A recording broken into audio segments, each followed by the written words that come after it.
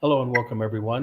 Thank you for joining. Today is June 3rd, 2025, and we're focused on a digital world town hall meeting, which is a weekly meeting that we basically report out the prior week's progress, and then we have open Q&A on it.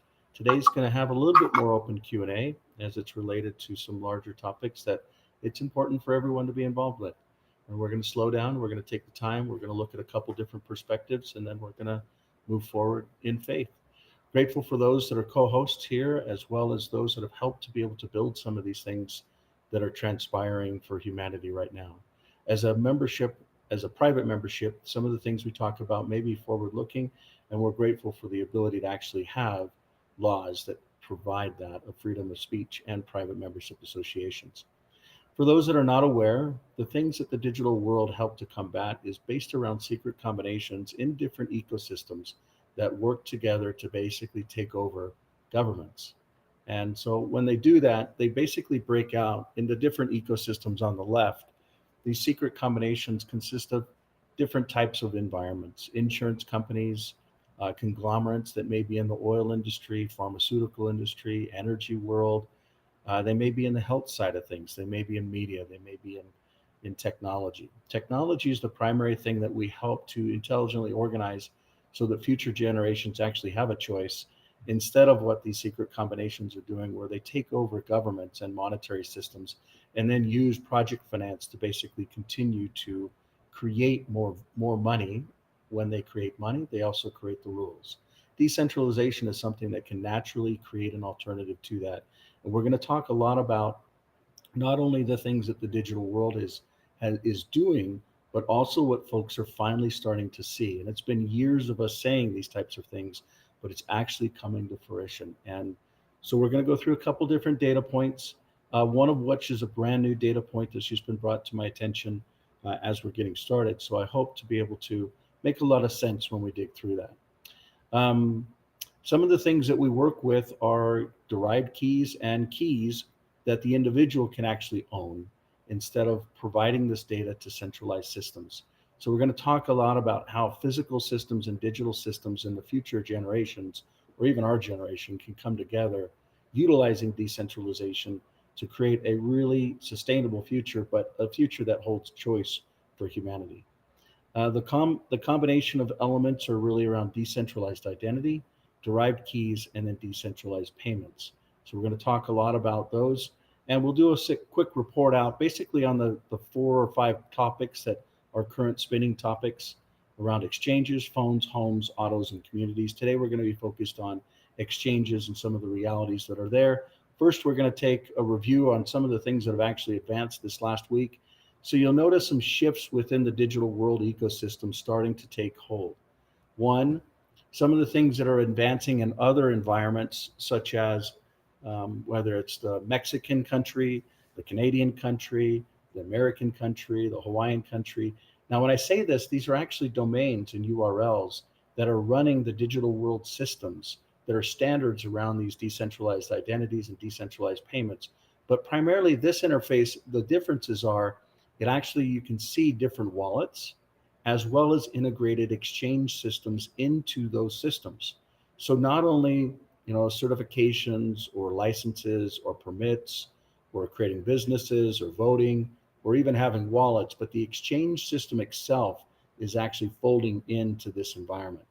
So you'll be able to literally no usernames, no passwords, log in and actually go about using it. For those of you that have seen this over and over, this may be something that is second nature. For some of you, this may be a brand new type of experience that may be in some ways foreign. It's like, how can I have no usernames and no passwords, especially with kind of the breaches that have happened this last week, the largest breach that we've seen. I'll go ahead and play a real quick kind of review on that. We're also going to go through some folks and perspectives within Europe as well as Canada, and then also talk about with, or at least a whistleblower from the United States of America. So after we go through that, we're going to go through what could be a solution to a lot of this noise that's actually happening, and well over a decade worth of work that's gone into helping to build that solution. So first off, we'll start with some of the usernames and passwords, which is really what the digital world resolves. and then we'll jump into some of these other environments that we'll talk a little bit about. So this is actually the password hack that's happened just.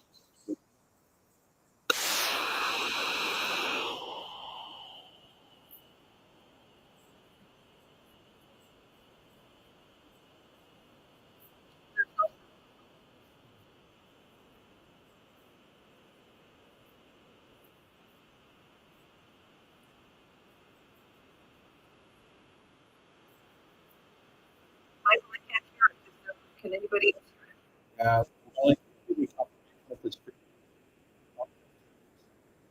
No. I'm not going to.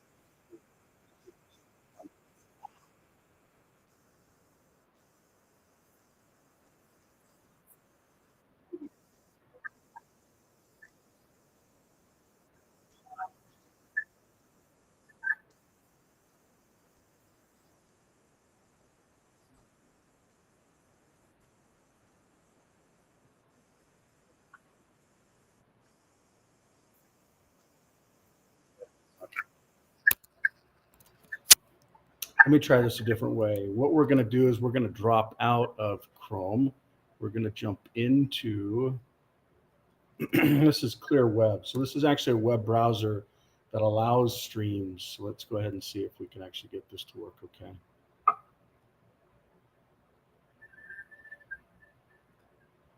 Perfect example, another example of the control. But Wally, can you, or anybody, can you confirm once this starts playing?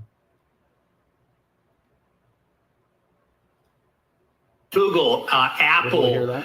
virtually every Microsoft product that's No, out there, can't hear those it. passwords and usernames, 184 million were found in a database that wasn't encrypted. So it's just anybody could look at it. Today, just another homework assignment, change all your passwords on virtually every platform where you have sensitive information. Look at the latest headlines with me. You can see here. I can confirm that you have sound on X. Facebook logins Thank exposed you. in 184 million breach. Major malware mess. Now, articles have been coming out on this, and they're saying that it's time to take some serious precaution right away. 184 million passwords for Google, Apple, and more exposed in a major data breach. So if you use any of these, it is time to change your passwords. Do not wait. They're saying do this today, May 31st, 2025. It is Saturday. Get this taken care of. So this is just literally 2-3 days ago, largest hack of basically Apple, Google, Meta, passwords, hundreds of millions of people, and being shared globally. So this is just another example of why the centralized systems, not only, you know, what I was trying to do here, where I'm trying to actually stream, and when you're using certain browsers, whether it's Apple browsers with Safari or Google browsers, they can literally limit what you can actually share.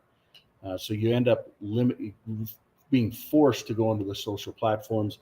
The social platforms are now actually starting to remove streamed video. So that's another warning for those that may not, this may be a new type of topic. So this is actually a web browser. The way I was actually able to play it is this was a web browser called Clear Web, which basically doesn't have those same types of things. So and just another example that we work through. I'm going to go ahead and pull open another URL. So this is actually going to be a different topic, but we'll play it the same way. And I apologize for those that are online, because we do have a live audience. This is actually the live audience here. For those that are online there, please, if you could grab one of the streaming platforms and keep along there, that would be wonderful. I'm actually going to grab a different URL here.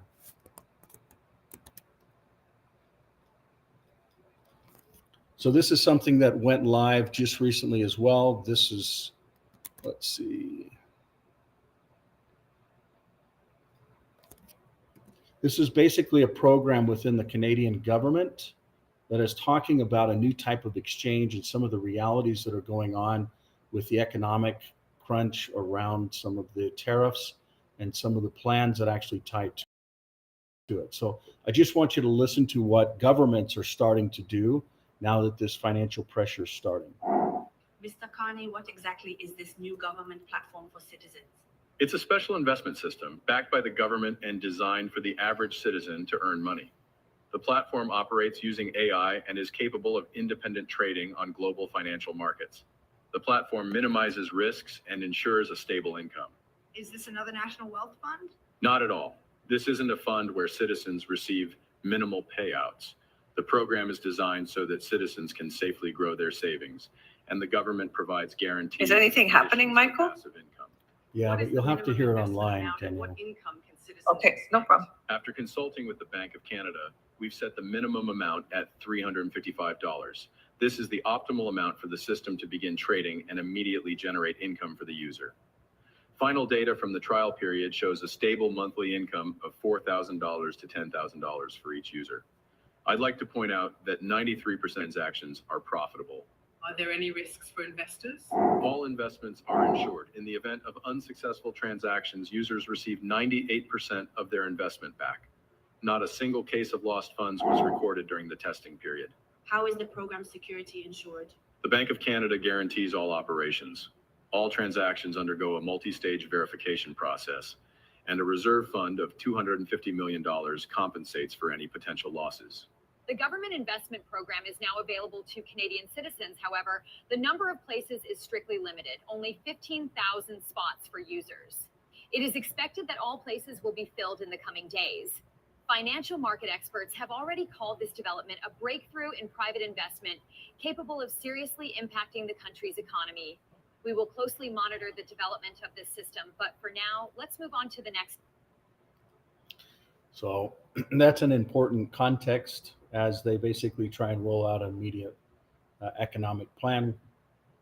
This is another one. So that the first one was basically general, global with the passwords. This next one is going to be specific to America.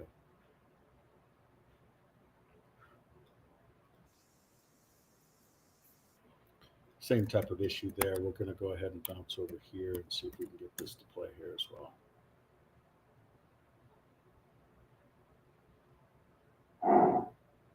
For those that are live with me, if you could just grab one of the social platforms, that would be greatly appreciated.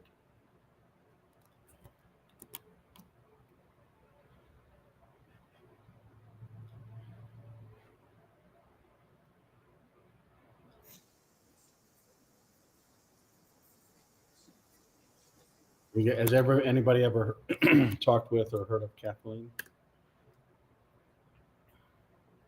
She basically worked for the government. She saw some of the things that were happening in the economic development side of it, primarily as it related to housing. And let's see here. So if you're the bankers and you want to control fiscal, Are you talking about Catherine Austin Fitz? Yeah, give me a second here. It's amazing. And I've actually met with her at a couple of the different events that I've done, and I can tell you her mind is very sound. The things that she's talking about are truth, and she literally spells out. This is the first time I've actually heard her spell out the same things that I've been trying to tell people around identity, payments, and AI. So here we go. so if you're the bankers and you want to control fiscal policy and collapse the current constitution system, if you can exercise complete control with digital technology and an all digital financial system, you have complete control. So go back to the pandemic. If we say, okay, we want you and your family to lock down, then suddenly your money won't work outside your house. You know, you can order a pizza to be delivered, but you can't leave the house. If you have an electric car, ultimately you can turn off the electric car. And if they say, well, we want you to take the shot, it's mandated. If you don't take it, we'll turn off your money. Right. So you're talking about complete control. Real ID. To do a control grid, you need a very high quality precision national ID that's interoperable with all the other IDs around the world. Christy Nome out there pushing the Real ID like there's no tomorrow. So they're working, and it's done through the states, but the feds are pushing it. So the first thing you need is a digital ID. The second thing you need is an all digital financial system. So you got to kill cash, and you got to make everybody interact digitally. And do you think this is something that could legitimately be implemented? And if so, how soon do you think they would start doing this? I think as soon as you pass the Genius Act, it can go very, very fast. And where are we at right now with the Genius Act and it getting passed? I'm assuming it's going to pass sometime soon. If it doesn't pass before the session breaks, it'll pass in the fall. That's my guess. To do a control grid, we need a digital ID implemented that's very high quality, high precise. Check the box. We need an all digital financial system. Check the box. We need a way of doing interoperable money. Check the box. If you look at what DOGE is doing, we need a social credit system. Check the box.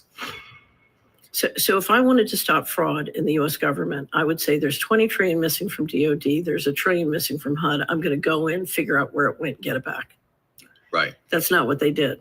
If you said to me, I want to build a social credit system that can be used to enforce control against the American people and basically lock them down with both enforcement and social credit, I would go get the Social Security data, the IRS data, and the Treasury payment data. And that's exactly what they did. And I would privatize it. I would just take it and put it in private AI with XAI and Palantir AI. And if Palantir still has the contracts with Treasury and the IRS to enforce, you got everybody. And you add the Kennedy's aggregating the healthcare data, you put it with the healthcare data. Now they've been aggregating this kind of data. I used to call it the data beast. So they've been aggregating this kind of powerful data since the 90s. So I think this thing about good and evil is real. And I can't find it anymore. I found it once. There were in the 30s, a British physicist got up and said, we are being manipulated, but from other dimensions by intelligent beings from other dimensions. So I think, if you study Christianity and you read the Bible, you're dealing with both divine intelligence and demonic intelligence. And I think too much of the leadership has gotten deeply involved in the occult and demonic kinds of intelligence. Peter Thiel is a famous billionaire gay Christian, and the guy from Y Combinator is a big devout Christian, and they're holding these big conferences, and all these folks in Silicon Valley seem to be now converting to Christianity, going to church. And it's just really interesting to me, because Silicon Valley is, historically known for being like anti-religion, right? Like it's not been a typical religious part of the world in history. These people are, a lot of people developing tech and developing, these social media platforms, transhumanism. The initial founding vision was that we were going to use technology to change the whole world and basically overturn the monetary system of the world. We could never win an election on getting certain things because we were in such a small minority. But maybe you could actually unilaterally change the world without having to constantly convince people and beg people and plead with people who are never going to agree with you through a technological means. And this is where I think technology is this incredible alternative to politics. I do think there's perhaps still a role for humans in this, in that we may give AI meaning.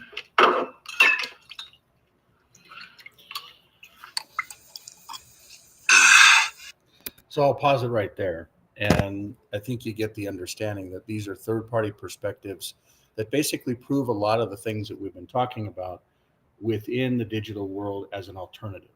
We talk about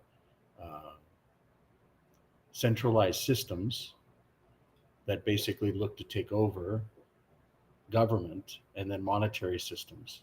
We've seen what's happened within 4 years of voting with political systems. We've seen the realities and the aftermath. And then from their own mouths, they talk about how technology can actually go in and really solve some of the issues of the future. And I believe that what they're actually doing is exacerbating the problem. And what I mean by that is it's not just a matter of going and grabbing records and data and history, but it's what they do with it and how it can actually flow and where it's flown. And so imagine decentralized systems that are actually applied, the principles of decentralized systems are applied to centralized systems.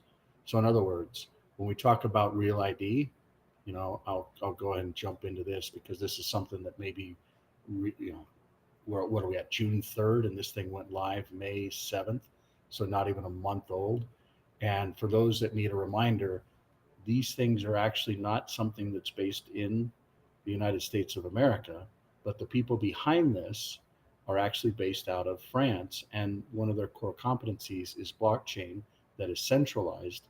And particularly, this is just their homepage. So one of the things that they focus on is not just identity, but payments. So when you link identity and payments together, it's real similar to what Kathleen was talking about when she was talking about, the future, so to speak. And so some of the things we want to talk about is how can governments, especially governments like this, that are basically coming up with new type of economic realities, whether they just print more money and watch the foreign exchange basically go up and down, whether we're looking at tariffs, whether we're looking at wars, how do we as individuals actually become stable? And there's a couple different models out there. One model is you basically take and digitize the gold that's in the earth, and you allow digital assets to revolve around that. You see some of those elements starting to form, whether they're in the earth or out of the earth, with some of the gold elements around USDT. And in some of the things that we're going to talk a little bit about is elements. It may be gold, it may be silver, it may be other types of elements, and we'll talk a little bit about a new opportunity to create a digital coin, actually from the digital world, which has been a long time in the making. But imagine that you actually have gold or assets in hand that actually has the ability to have real world transfer. It's got private abilities. Anyone can actually, without permission, can actually get involved in it. And so we're going to go through that today. There's a couple folks that are on the call with us today, so you may be streaming live or watching it live, but just know that these are individuals that have a solid history and track record of building certain types of vehicles, if you will. And what we're looking at here is the ability to have an asset. So for those of you that are familiar with like Roth IRAs or IRAs, they basically combine what's called a mutual fund, so a basket of assets. In this particular case, we're going to look at a basket that is gold at 35%, or then we're going to look at silver at 15%, platinum at 7.5, copper at 7.5, aluminum at 7.5, Bitcoin. Now this is going to be BTC and also digital BTC that's decentralized, so DBTC as well, at 7.5%. And notice over here, you'll see kind of the gains over a certain period of time, which we'll go through in a second. Coffee, cocoa, wheat, corn, these are basic commodities. USD, so that's a form of US dollars. Ethereum, the euro, Great Britain, Canadian, and Australian dollars. So these are currencies. And again, we've got equities and then commodities, which we'll talk a little bit about. And the combination of all of these basically equals to, in a particular period of time, in January, if it were 100 million in value, there would basically be a certain price and then a value. So a coin, if it basically netted out, it would cost about $65 per coin. Okay, this is January. So we're going to watch that gain per month go up from 100 million in value to 224 million in value. And then we watch that gain for that period of time. So this goes through a 6-month period, 6-month period, and then year-to-date period. So what we're looking at is basically about almost 18 months, about 17 months shy of 5 days in growth. And you're going from 100 million in value, or $65 per coin, to 161 million in value, or $104 per coin. So think about an asset that would actually be able to be traded in real time like a currency. It's not a currency, but like a currency. There's no real currencies today that are similar to that. There's some stable bill acts, which ties to that Genius Act that that was mentioned earlier. And there's also some hooks that go with that. So when we look at really a history and different currencies, equities, and commodities with certain baskets, imagine if there was an actual coin where people could actually adopt it. So this is like a stable mutual fund that has the same type of capabilities of a currency. We're not going to say that it is, but what if we called this like a digital coin, and we gave everyone the opportunity to actually help be a part of the creation of it, whether it's a mark like this, this. These are just different examples of what they could be. So now is our chance to actually be involved in a solution to the craziness that we went through with some of these types of recommendations and realities that put it into the individual's hands per se. One of the things that this particular, whether it's Canada or other countries, I would say other countries not US based, and some people in the US actually care about it, but printing money. So as you print money in other currencies, and what I'm particularly talking about goes right back to these secret combinations. When a country creates more money, whether it's directly or indirectly through the World Bank or the IMF, through project finance, maybe it's war, maybe it's disaster, maybe it's some type of a natural, type of thing, an act of God, so to speak. Maybe it's an earthquake, maybe it's a fire, maybe it's something similar to it. But the point that I'm trying to drive at is, as more money is created within particular countries, and depending on how they actually work with trade, and tariff plays a solid role, value of currencies can go up or down based upon that. And that's the foreign exchange side of it.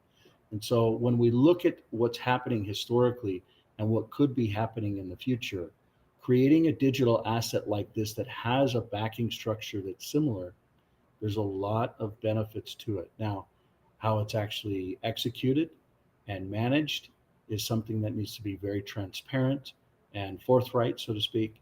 But these are the types of directions. So in addition to the existing exchange that's going live, so what I showed you here, so imagine different assets. So maybe it's native or DALA or DUSD or even reward elements. So these are basically different assets that can actually go live within certain systems, but they can exchange into other assets real time with the user owning their own asset. And with that being understood, it gives us an opportunity to add an additional asset. In this case, notice how the digital coin is non-existent here. But imagine if there is actually a backed environment that would be existent based upon these same types of things. And so with that being said, everyone has a voice.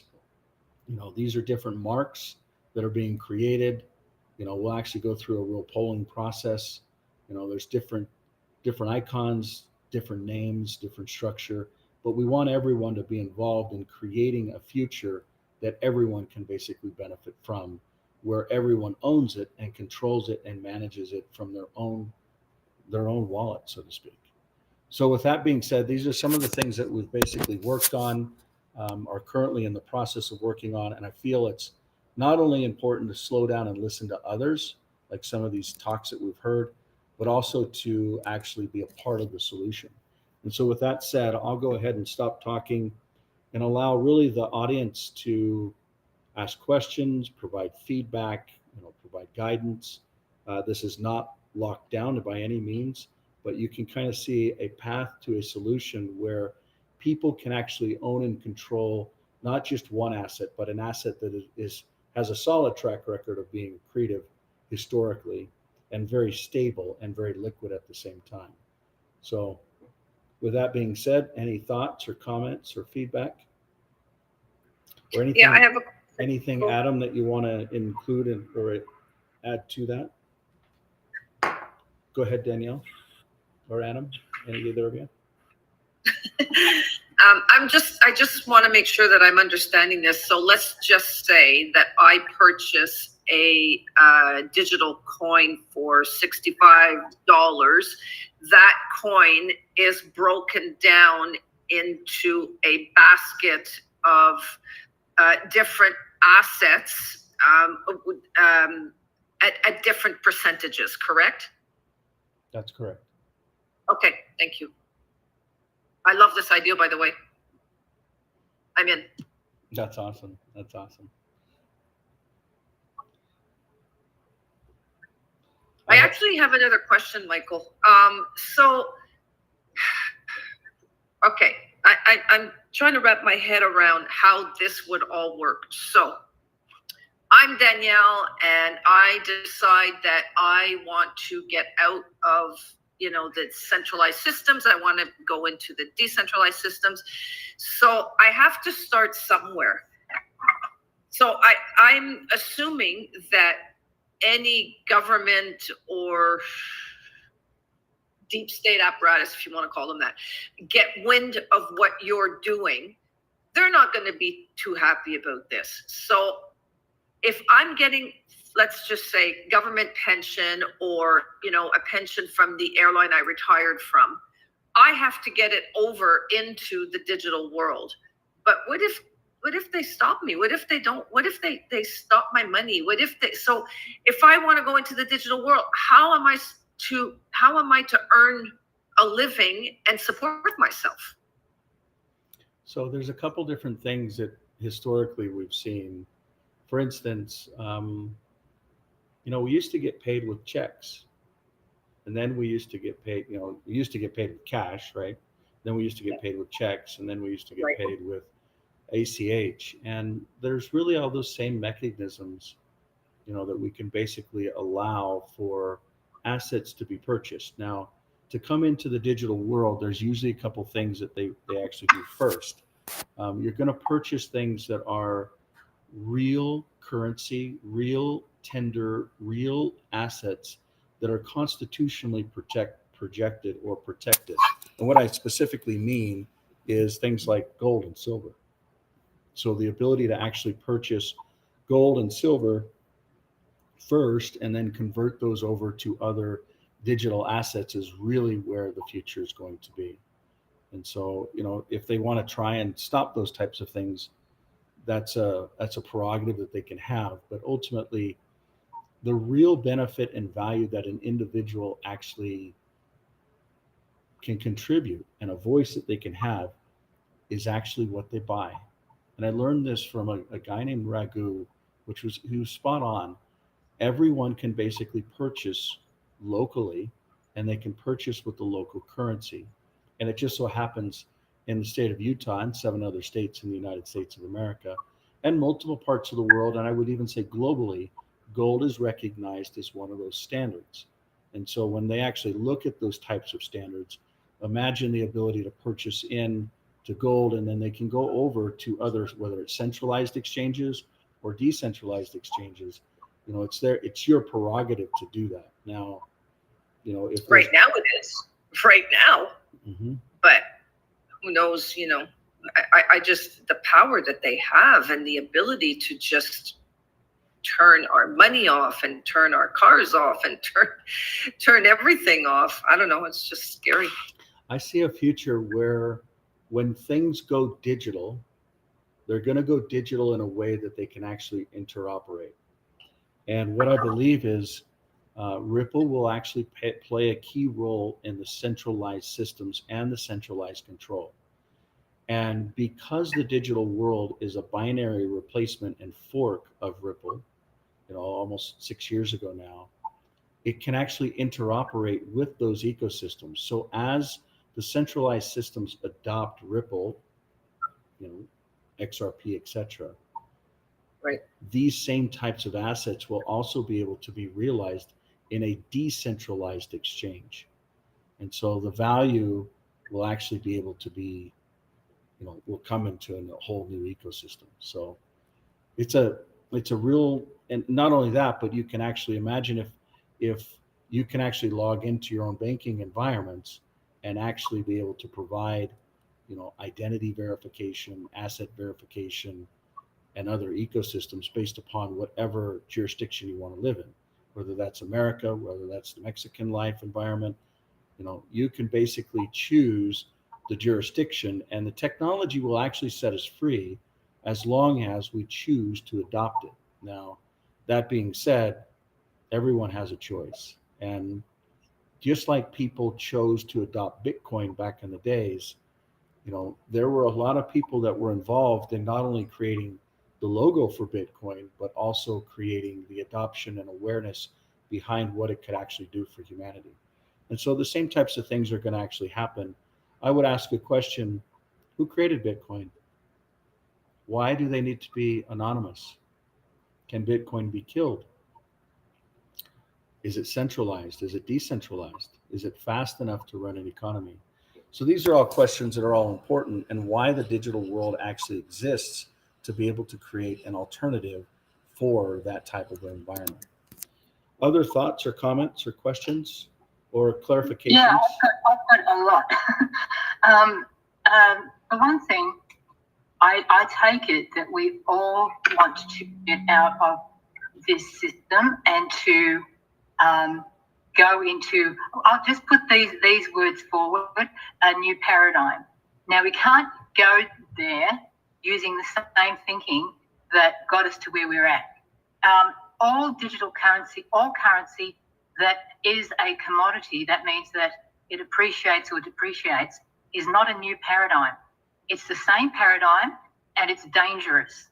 So I'm very much against cryptocurrency because I've noticed one thing, and please don't take offense, but I don't see very many women in it. I see pretty much all men, but there must be some women in there.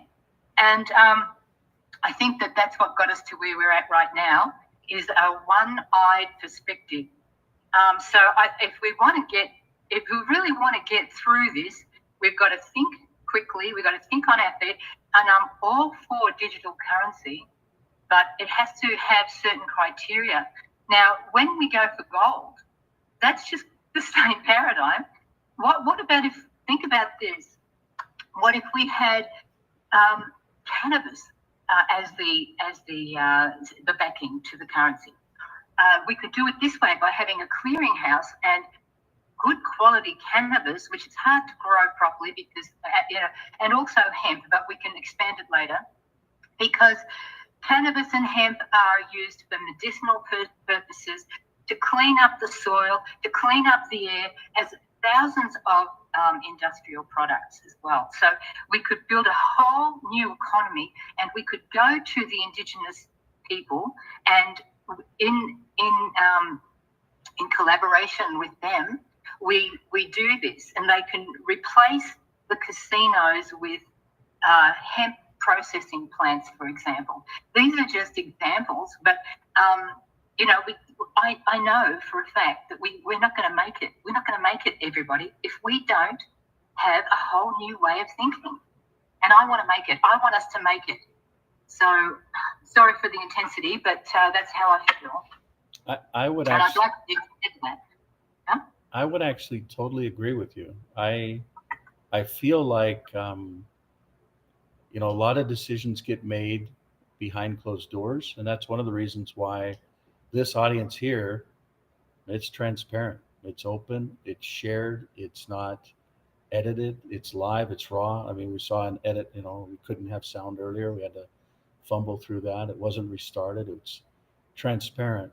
The systems that have been built have all been built in a way where people can basically have choice. And to your point, male versus female, what you're seeing here is an audience where it's actually equal. And, from Danielle to Becca to Victoria to Susan to yourself, Denise, the voices. No, like the digital world is not equal, Michael. I don't see any women in it. I don't see any programmers that are women. I don't see, there could be some, but instances are not enough. We have to look at ratios. If we want a new paradigm, we have to look very differently at how to get there. And we've got to move it very nimbly because, like Catherine said, that it's very close on our heels. Yes. So there is a very one-sided, and it's not male versus female. It's male and females in equilibrium. It doesn't have to be exactly 50, but it has to be we have to look at those ratios. I think the ratios around voices and voting is massively important, which is what I'm trying to point out here. I think that the developer side of it, you're right. I mean, I've been in technology for 30 years, and I would say that historically 80% of technological jobs and or developers are just naturally, I don't know if it's a logical thing or what, but I definitely agree with you that there needs to be an equality of voice and structure, so to speak. I found it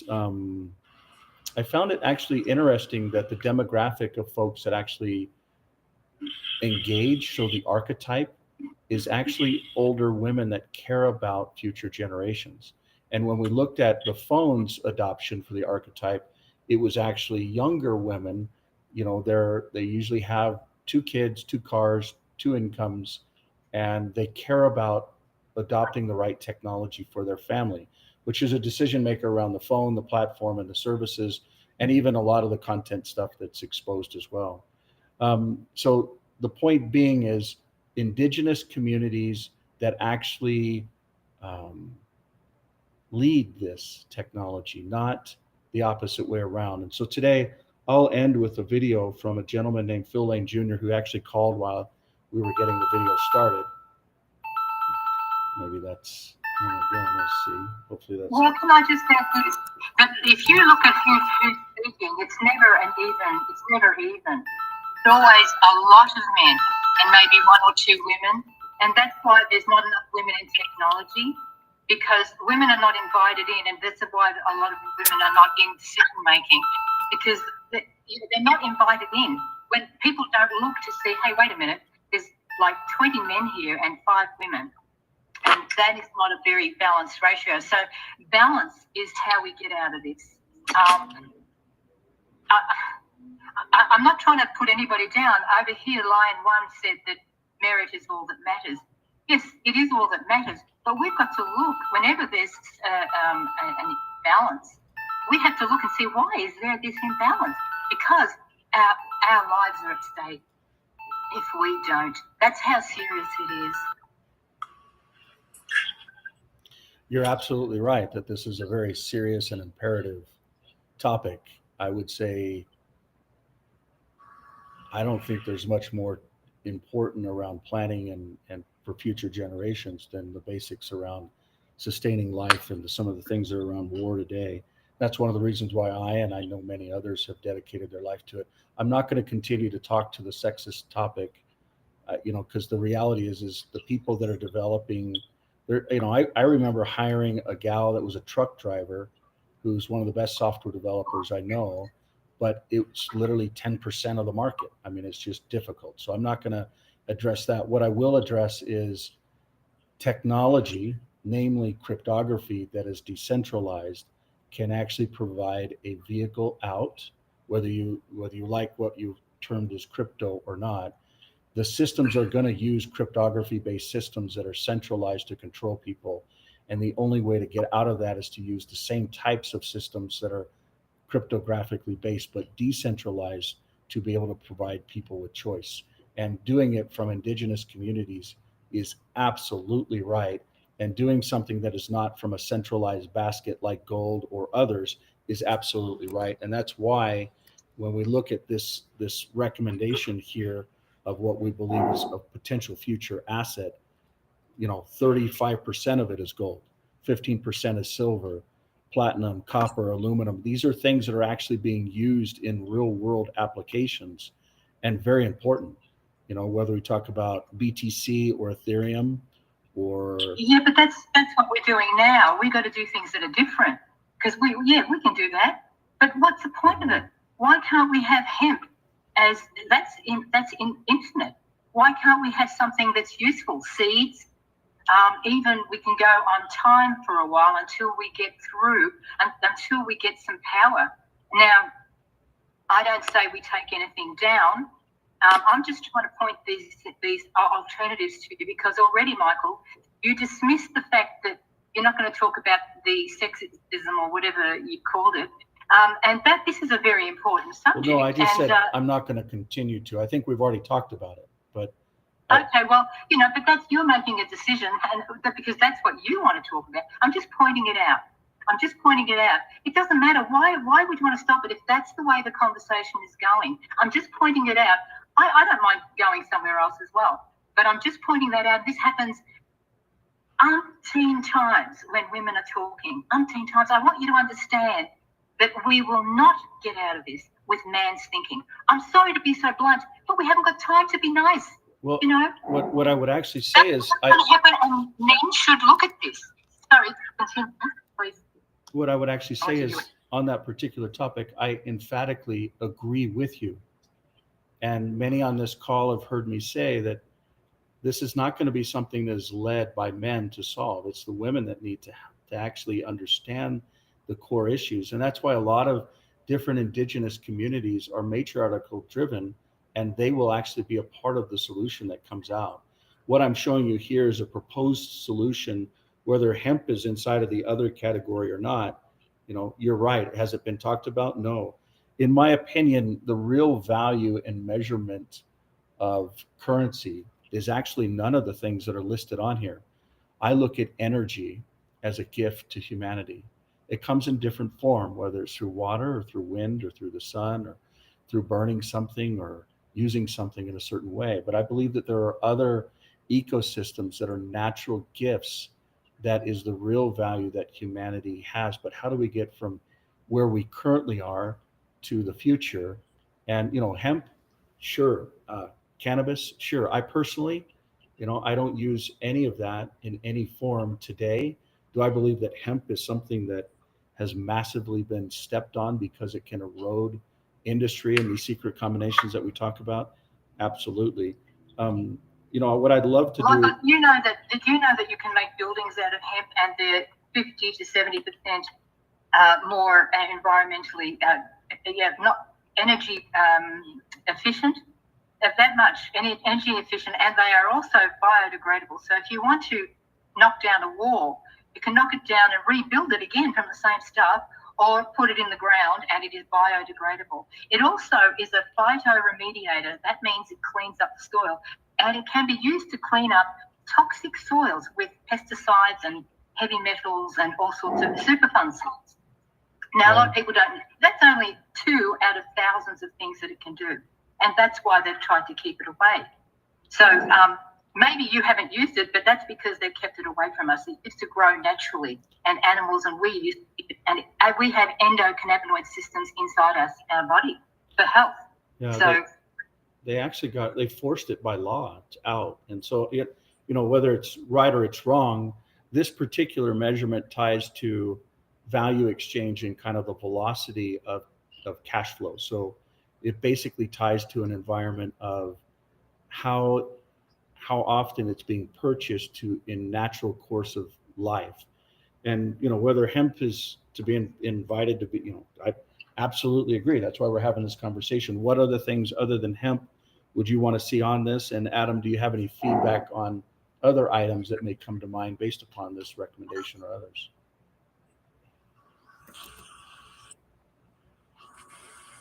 Yeah, sure. Just for the record, and a starting point, the commodities that you see in front of you there were selected based on their stock to flow ratio. So that's pretty much the only consideration, and that's just the starting point. So these commodities can be added to and considered. We've got to consider each commodity's liquidity at a point in time. And to Danielle's point, what happens if your account in US dollars gets locked down? Well, with a digital coin with such a asset base and commodities such as this, you could pay us in any one of those commodities.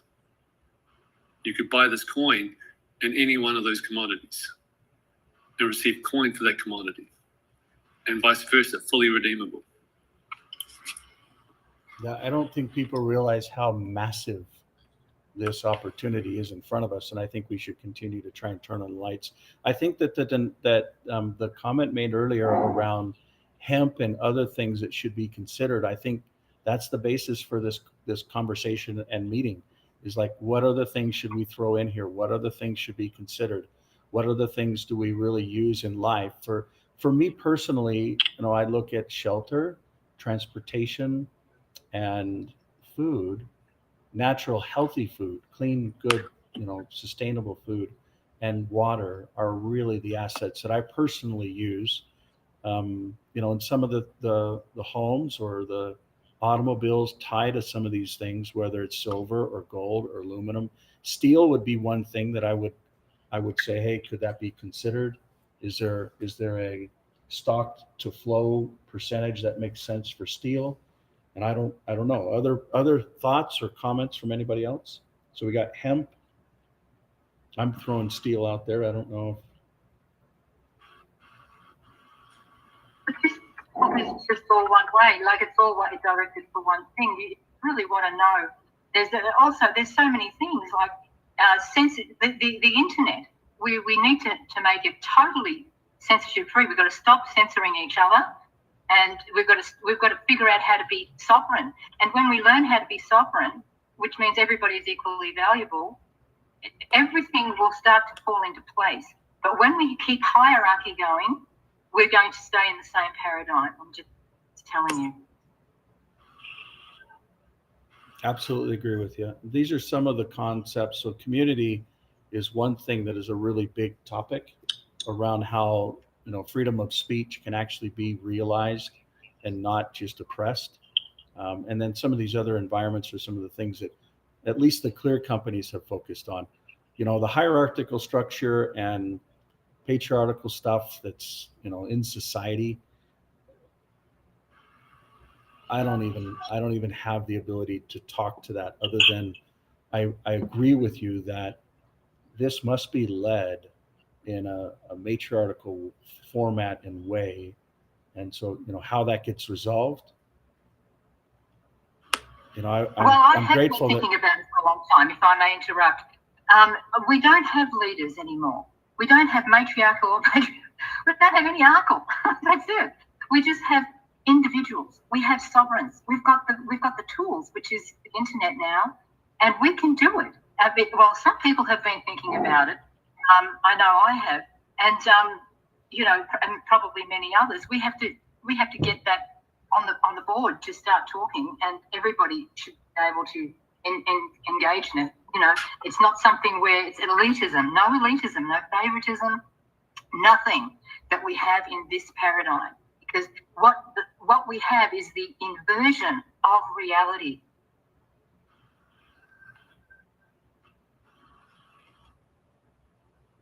I'm grateful for women like you that stand up, and leaders like you that stand up and actually want to be a part of the problem or a part of the solution.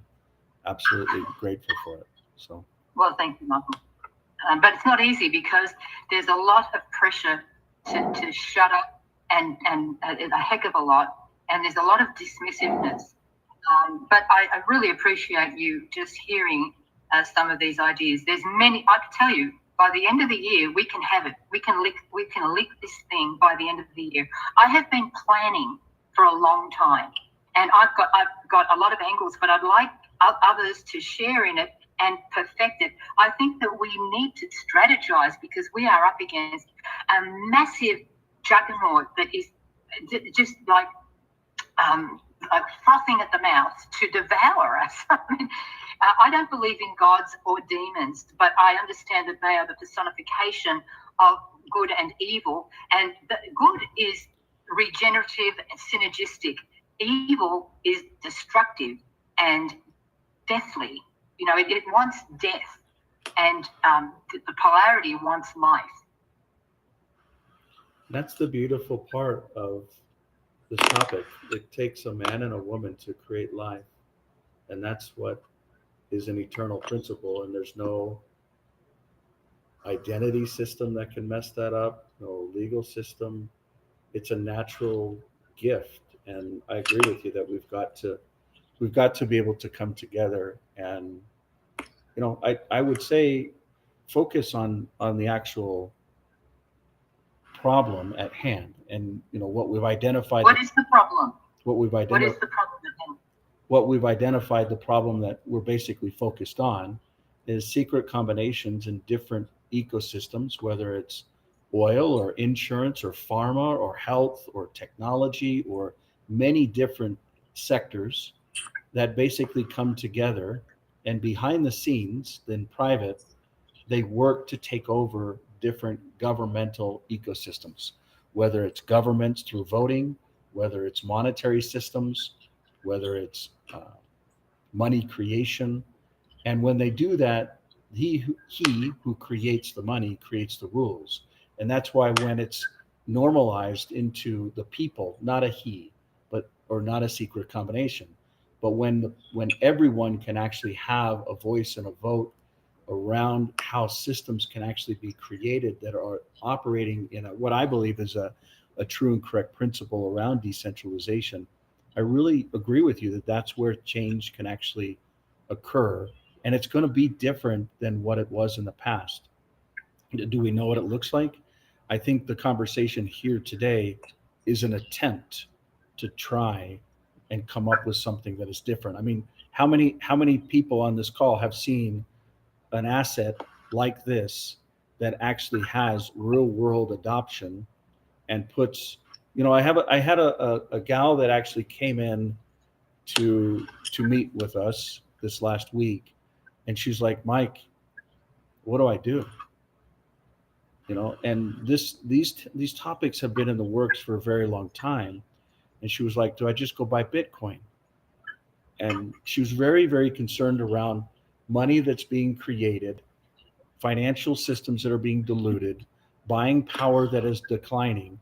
And she just wanted some guidance. And you know what my guidance to her was?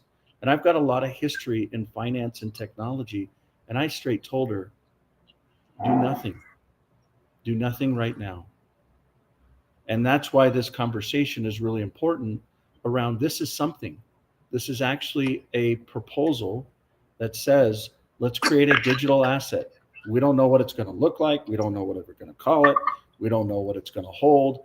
But we do know that something needs to be created to actually hold value for what the storm that is coming.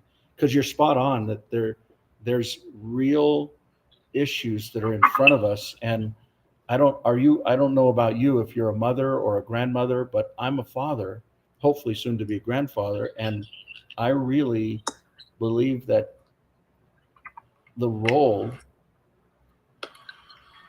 that we have to future generations and responsibilities that we have to future generations are very important. And even, we can't have liberty and freedom if we're not willing to stand up and not only, like you said, be a leader, but have responsibility behind it as well. So does that mean that there's perfect sides of it? No, but the conversation tonight is how do we combat, or it could be anything. I mean, if there's totally a third perspective here that's hasn't even been mentioned, I invite that. But is there other assets that people want to see considered within this environment for this digital coin proposal, so to speak?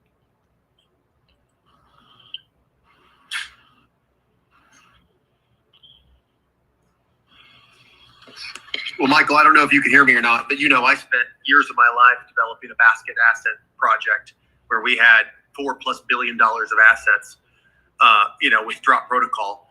And it is a lot of work, especially using gold, silver, copper, coffee, and these things. But I applaud you in what you're doing. And I would say the grand vision that's being taken off here, it's a beautiful thing. I appreciate the courage and tenacity that it's going to take to go up against such, terrible systems. And I want to give a shout out to, I think it was Denise. I love her. I absolutely think what an incredible energy and passion for what you believe in. And I think it's fantastic. And I think I agree on I'm a huge merit guy, pretty big libertarian. Merit, baby. And I love that these systems are able to provide exactly what Denise is suggesting, because at the end of the day, it doesn't matter what we're packing under our pants as long as merit, whoever's the most efficient in the end in the free market, if it's not ran by crazy swamp creatures in the free market, which the digital world is about as free market as it possibly can get. we'll win over time anyway. We don't have to speculate and artificially incentivate and put people in certain places. We let merit go win. And I'm excited about those things, and I'm impressed with the people you're attracting to this project. It's really impressive. What if they cut the electricity off? I mean, it doesn't. I think that it's not going to happen, but we don't know. We don't know. They're nutcases. Sorry. No, it's a great point because I know many people who donated to the truckers in Canada that were the Freedom truckers, and they pulled their bank accounts. And you could hate or love that. It's not right that the government of Canada shut down people's bank accounts and all that. So it's closer than we all realize. So I agree with you. Cut their power, cut whatever. That's why energy assets matter, commodity assets matter. All the things that to collateralize a token is a really beautiful thing because it is the future. And blockchain, I'm sure you guys are already aware that, as long as one or two nodes still exist in the world anywhere, you can't get rid of it. It's kind of like it's absolutely incredible. I know a lot of people's concern is, well, what if they turn off all the power and you don't have internet anymore? Well, that's, you can actually send Bitcoin over radio waves.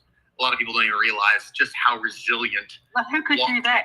If it was done like next month, because they could do it next month. But what they would do is they're going to, and there has been some intel drops. I don't know if anybody has listened to them or read them, but they're quite concerning. I think it might not all be true, but they're going. What this insider said is that they're going to just wipe out everything. They're going to bring in this new digital currency, which is called something else. It's called sovereign, quarantined, restricted, common, or something like that. What it does is it labels each person as one of those. You're either sovereign, and that's usually famous people, and then they're restricted or quarantined or common. Most people will be common. People who haven't had the vaccine will be quarantined.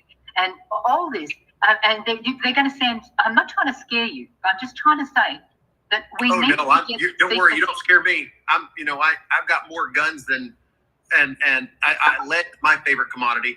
But guns and water, and water and electricity, all the things I'm a firm believer in.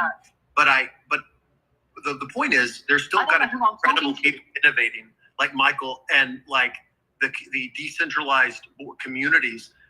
We can't stop innovation out of fear, and I think you agree with that probably. We don't stop innovation because what I'm trying to say is not to stop innovation.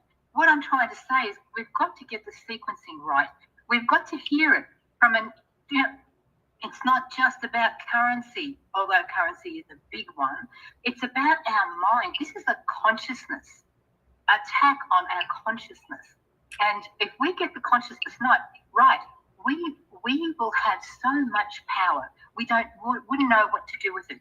But when we're seeing everything in a very linear fashion, because it's only seen from one side, we're not getting the whole picture. If we can see the whole, we're getting the pixels, and we're looking at details. We've got to go out and look at the whole picture, and we need women to do that because women. I think it's a great. I think that you should.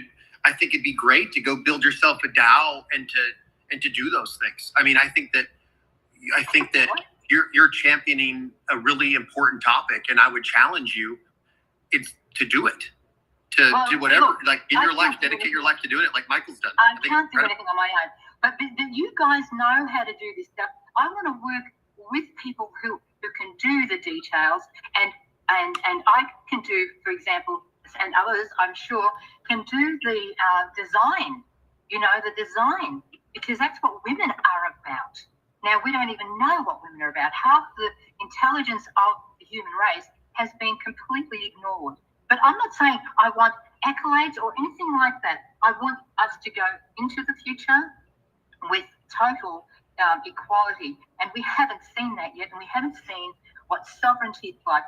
And we have to start doing things that are very noticeable. We have to live by our agreements. We have to reciprocate when somebody gives things, and we have to never censor. We must uphold free speech is absolutely everything.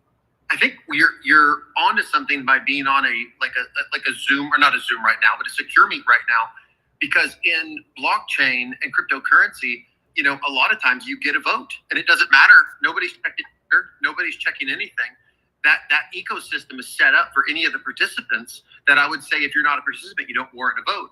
But for all participants that want to participate, and there is no gatekeeping of gender or any of that. So as I'd say, economies of scale grow, and this grows and grows and grows, you know, it'll be up to wonderful leaders like yourself, feminine leaders like yourself, to go encourage more women to get involved on chain, to have their votes, to have their no votes, to have their. No, but who designs it? The important part is we're not. I don't know what to do with crypto. I'm not interested in crypto. A lot of women are not interested in crypto, just like we're not interested in weapons. You know, like. And that's why there will be a power deficit, is because of that sad. Like, it's not. It doesn't mean they're bad. It just means that unfortunate fact is, if someone's not involved. There's an old story when I was a kid. If you don't bring the bread, or you don't help with the cooking, or you don't help with making the food, you know, you don't eat. And. Yes, but, I would like to I'd like to openly invite millions of women into the blockchain space, because it all starts with a leader like yourself to say, hey, let's go do it, and let's go help. You should be asking, and all men should be asking, why aren't women doing this? What is it about this task or this work that women don't like? And but the thing is, we've got to. It's all good. Well, because of digital technology, we can get out of this. We can get out of this if we're quick, because once they bring in this central digital currency, we're fucked. Okay, I'm going to just be blunt. That's how serious it is. We won't be able to lose. I work in global payments on a daily basis. It's on its way. Michael's right. I know. Yep.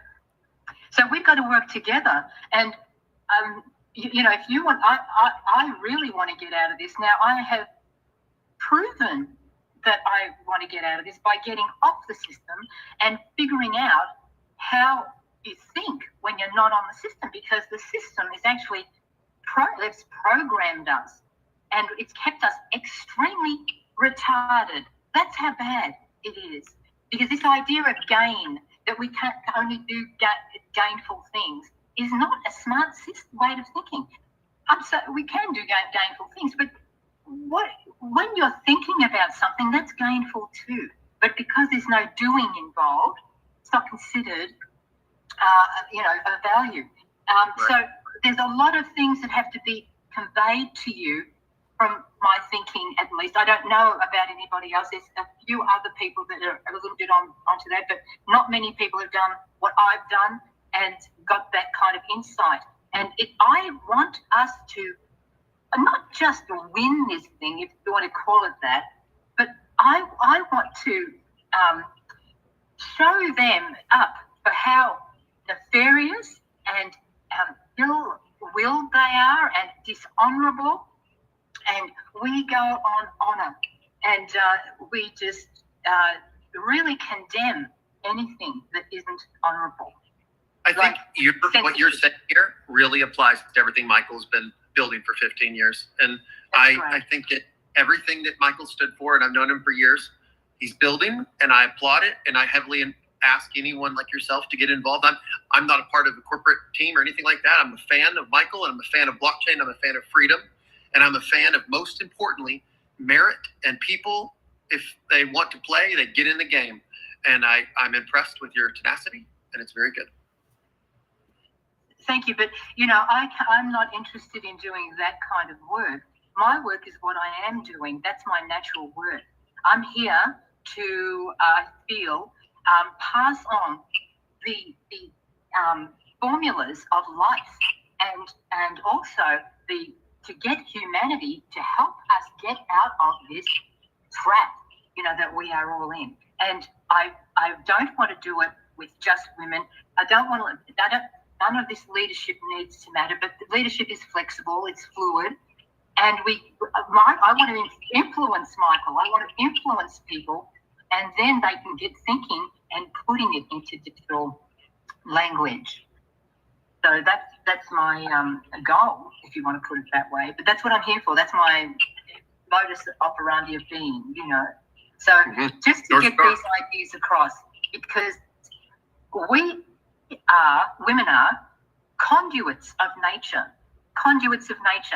and men have to listen to us if they want to prosper, because we are not dangerous, we are not violent.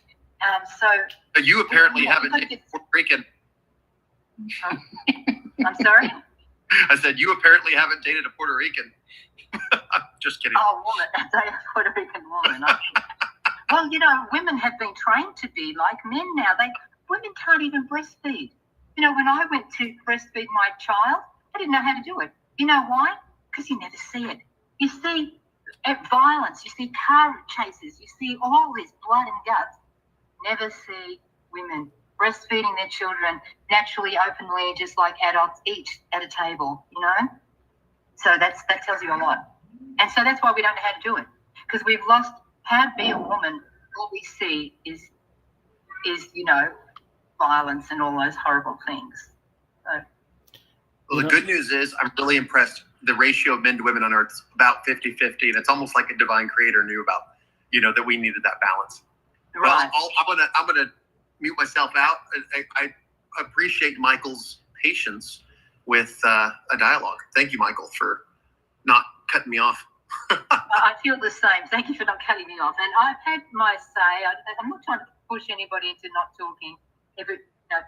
This is another thing. How we have conversations is also got to be a different way. We need new formulas that are in keeping with nature and with sovereignty. Sovereignty is nature. Everything is sovereign, and even a flea. And we've got to start having these attitudes. What we do to animals, that's what's evil. That's what's creating, allowing the evil to sort of prosper. I'm gonna kind of. And I'm not saying don't eat meat. Sorry. I'm gonna do something that I usually don't ever do, and I'm gonna tell you my personal perspective, my personal drivers, and maybe they'll relate with each of you, maybe they won't. I believe that we are here to learn and to grow as spirits.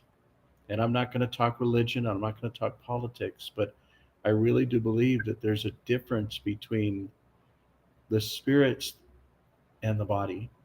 And we get to be inside of these bodies for a period of time.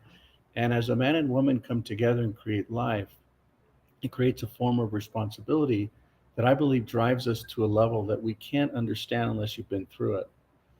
And even to a point where if for whatever reason you can't have children, I think that driver is still there, whether it's an individual or a couple, or that dynamic continues. But, like Ben was talking about, power and water and storage and guns and lead, and I used to feel that same way. I remember I'd go get one storage unit and fill it up with water and then give it away. I remember, during the pandemic, there was a lot of just different indigenous communities that literally didn't have water. And I remember filling up flatbeds and semis and shipping these things around and thinking, oh, it was good to be prepared, only to come up with the realization that it doesn't matter how much power you can store. Like literally, we started a lithium ion phosphate power business to store it in times of need. We talk about the power going out. We talk about the food. We talk about the nutrition. We talk about all these terrible things. And it really comes down to, this is actually a spiritual war before it's a physical war. I find personally fasting and going without actually provides the ability to be in tune with some of the right things, whereas, gluttony and the things of this world would actually just confuse us and create a lot of noise. But I can tell you one thing, when we're done with these bodies and the breath is gone and the lessons that we all got to learn as individuals is done, and the kuleana, our responsibilities to those that we brought into this world and that we made commitments to and covenants with, there'll be a time where we'll realize that this experience in the body actually mattered for future generations. And what we did with our time either left an impact for future generations, whether with our own DNA or with DNA that we chose to, like the people that raised me, I was raised by many families in foster homes from age 9 to 16. And I can honestly tell you that I learned lessons from these individuals that loved me unconditionally because they chose to. And I don't care if people can't have their own offspring, but you can impact a generation that is coming up. And for me, for instance, I just want to leave this future generation, maybe it's this next generation or many generations to come, in a better place where they can actually have choice. Because I believe in my lifetime, which here in a week I'll be 50, I believe that within the last 50 years, the simple things of a freedom of privacy, a freedom of travel, a freedom of speech, a freedom of transact, all of those are literally have already been stripped away or will be stripped away. I mean, this conversation today is a perfect example. I couldn't even stream it because of certain controls technologically. Now, I personally was given some guidance young in life that there was a path that I was supposed to work on as an individual. I can tell you that there was many times when, I personally built companies and sold companies and made money, and none of that stuff matters. It doesn't even matter who you hire and what they do in a role, if male or female in a workplace. None of that matters because there's a natural succession of life. Being a mother is the most important role. Raising life and the ability to give life and examples, those are things that are important, not currency, not power, not lead, none of that stuff. And I would agree that fighting is actually not the solution. Love is. And that's one of the reasons why these indigenous communities that are connected to earth and to life, they don't engage in a lot of this craziness, but then they also find themselves literally stepped on or oppressed or their identities taken. And that's why restoration of some of these, or even just the standing up of some of these ecosystems that are sovereign in nature, like the Kuna Indians on the east coast of the Panama, down in Panama, or even look at some of the cultures, the Samoans or the Tongans or the Maoris. These are all matriarch driven, or heck, you could go through almost any of the, Yeah, but they made a big mistake, didn't they? Because look where they are now. So that something was wrong. No, I think a lot of. Go ahead. I was going to say that I think that the wrongness is not the wrongness, but the way we have to go now is together, all of us together, and it's very important. We stay small. We stay in small groups. We network, and men and women are, for the first time in history that we know of, we will be equally valued, and that will be the way we see it, and that's the way we're going to be. I don't even think it's an equal thing. For me personally, I believe that most women, that especially the women in my life, they're very sacred. And I personally, as a man, I work to serve. Whether it's, are you happy with this, or is there something else that can be done? Because it's like what people say: if there's a happy wife, there's a happy life, or if there's any good man, there's a great woman behind them. And I truly believe but we don't want to be behind anymore, Michael. We're tired of being behind. Sorry. Well, but we need to be with you, and you need to know that we are equal to you. We're not better than you. We're not worse than you. We're equal. I actually think and, that might be not a very good word to use right now, but I don't know what to use. But there's none of this. Everybody just pitches in and says what they like. There's none of this dictatorship of you can speak. Speaking it's just like we are under so many illusions, like we buy land. That's another illusion that we all live by. Totally. Yeah, so when I say equal, I don't mean everybody's the same. I mean everybody's voice is equal. And I think that way for all of humanity. We are one world and one people. And the sooner that we realize that, whether it's male or female, we literally have the rights that are equal. And these secret combinations, or this class-based system, I don't know if you realize, but just recently, there's actually some statistics. I wish I could pull them up, but the actual 1% has taken over from the equality when when you look at it from a Western statistics. But I think if you look at it from a world statistic, it comes back to we're all equal. We're all 100% equal. And yes, but our systems have to show that. Like men are the most wealthiest people by far than women. Now you could say, oh, I know, like this. You can name 5 women who are billionaires, perhaps. That doesn't cut it, because a small percentage is a toothless percentage, and these are women who have completely embraced the male design system. Now, what's new is we're going to a completely new way of seeing things, and the cabal and all of those, they won't know how to keep up with us if we're quick, smart. If we learn from how they took everybody down before, we can.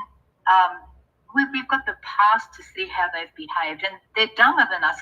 They're plumb dumb because they believe in killing each other. Now, that's one thing we've got to absolutely stop. We've got to stop killing each other. Goodness sake. I agree with you around the death, but one thing I've learned over the years, as I've kind of looked at this light and dark and right and wrong, and it's actually, we're all one, even the folks that are making the mistakes.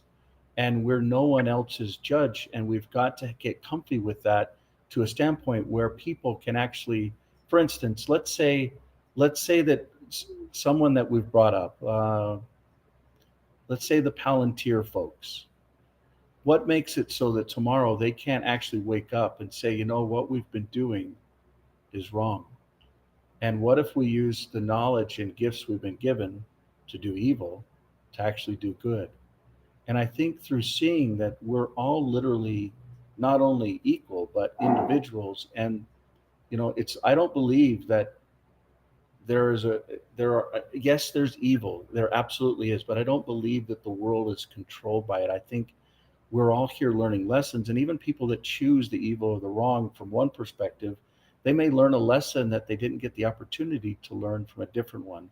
But the net of around the conversation within the digital world, which is the context of this town hall, the goal is to say, how can we actually use what we've been given in a way that will actually provide a free future, full of choices, full of liberty?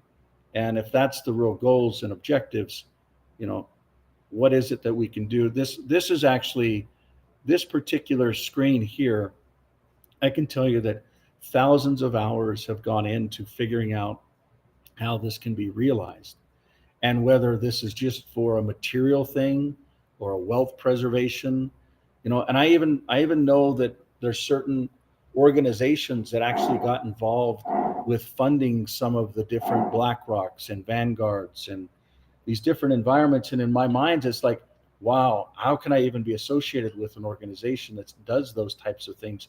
And then when you take a step back and you realize, oh, it's just a financial system and a game.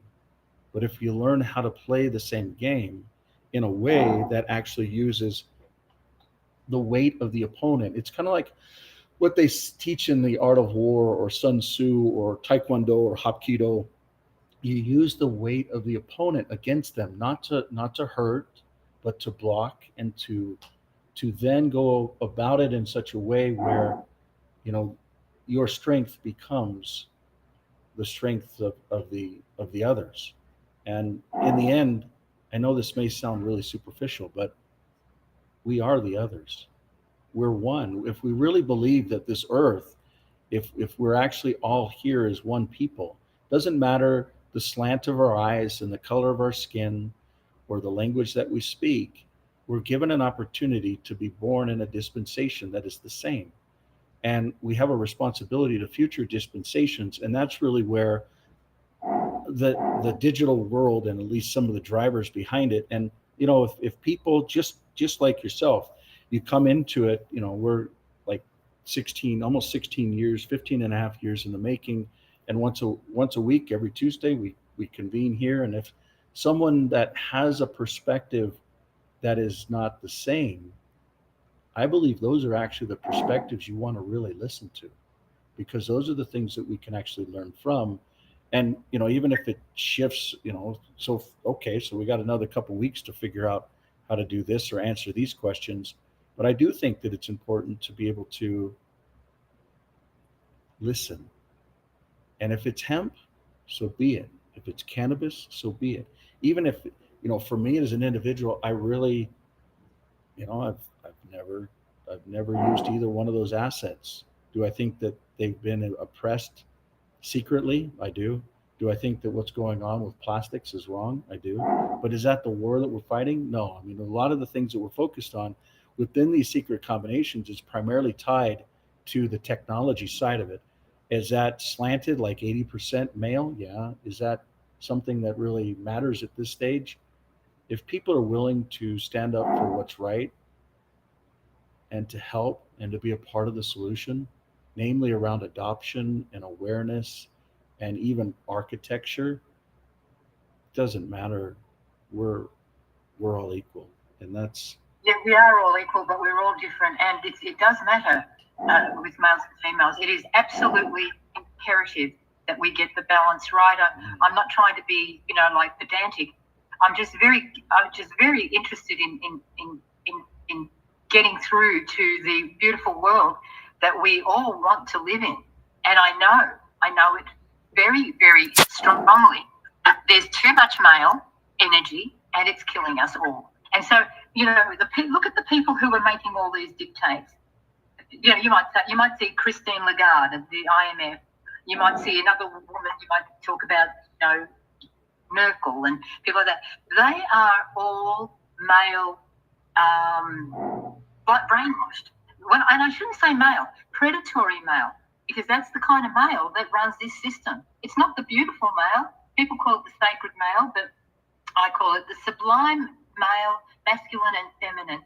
And that's who all of these people are here, I'm sure, today, because we care about the future. But I can see that we can do this. And with the brilliance of the males and the brilliance of the females are designers. We are natural designers. And men need to look at women and say, how should I design? Men are the builders. And we're also builders, but women are the designers. We've just got that kind of natural thing. It's been suppressed. You know what I find interesting? Your comments, like I'll share this one more time. Your comments are very timely and imperative. I would look at this body that's on here. Not one person got an invite. They show up because they want to show up. Actually, that's not true. I reached out to Adam because he's worked so hard on some of these elements. But the thing that we're asking here is, and I would even say, we are all creators. But as my wife would remind me, women are really what creates life. Yes, there's contributions and the building, but what we're asking particularly tonight is, what would you change or add or modify when it comes to the blueprints of building something that could be a currency and mutual fund and basket for the future that humanity, I believe, majority of humanity doesn't even understand how to ask the question, let alone answer it. And here we are, male and female. They are part of the situation that we're in that we've got to think about. Now, people have lost a lot of confidence. Why are we on the Roman calendar? I'd like everybody to think about that. What the heck are we doing on Empire's time? All our mental capacity is based on this matrix of it's inconsistent, and it has no geometry. It doesn't make any sense. But there's a 13 moon calendar, which is in keeping with the female cycles, but it's also the male cycles. The males are dependent on the women males are dependent on women to get their satisfaction. And I'm not talking sexually, I'm not just talking sexually, but they know how powerful it is to have men and women working together, because that's what they've tried to do, is to split us up. So like even the families especially. But if we got off the calendar, I tell you something, a few of us started a new century in 2020 and we called it 000. And this year we're going to be celebrating 005, the 005 of the new century. Now, why can't we choose when to start a century? Who wouldn't appreciate starting a new century? I just think it would change people. It just changes it's kind of like a reset, starting at the, and I do believe I do agree with what you say, that the people who are evil, they're just as much trapped as anybody else in a way, so they can change as well. And we can imagine such things happening, like you say, that they cannot get up to go to work in the morning to do these evil things anymore. They can't go and spray the skies. And if we imagine these things, happening, I think that there's a lot of power in them. And that's what we're going to when we say the spiritual war, which I don't like to use that term, but it is a kind of a tussle. Well, we're going to be like a butterfly coming from a caterpillar, and we're kind of like going through the motions of the icky stuff. We're going through the canal, the birth canal, because we're birthing a whole new world for our children and for ourselves and for the trees and the birds and everything that lives. That's how serious it is. And this is the time we're here now to do that. All of us. Amen. All I would say is amen to that. It's not just our own posterity or family, which I agree with you. That's what's being targeted, whether you're looking at it with centralized federal governments or state governments. They're supposed to be here to serve, but ultimately many of them just try to take away the family. When you talk about, some of the opportunities, or at least I'll pull this open, it'll hopefully make some sense to you. This is something that I just saw even today. And, this is when we look at the seasons, look at the dates. And I thought to myself, why is it that we named these things March or December or June? And why is it that days matter? And how did we come up with these 12 things? And this isn't necessarily a format to question. For me personally, I would totally do away with, the inches and the feet and the miles. And I would definitely jump over to the metric system, whether it's with, weights or with measurements or temperatures. But that's not necessarily the battle that this is all about. This is a matter of how can we take the circumstances that we're in, and it really comes down to, when we talk about these secret combinations, what they're doing is they're taking the identity and the financial system and then linking it with AI that will enslave. It's a natural history that we're really talking about, is slavery. Is how can we actually free future generations from the enslavement that's coming? And I don't even think we really understand what it is. That's why I've had a couple other people try and talk about it, around what their perspectives are. So, if we could just focus in on this topic, and maybe we just think about it this week, we can bring it up next week.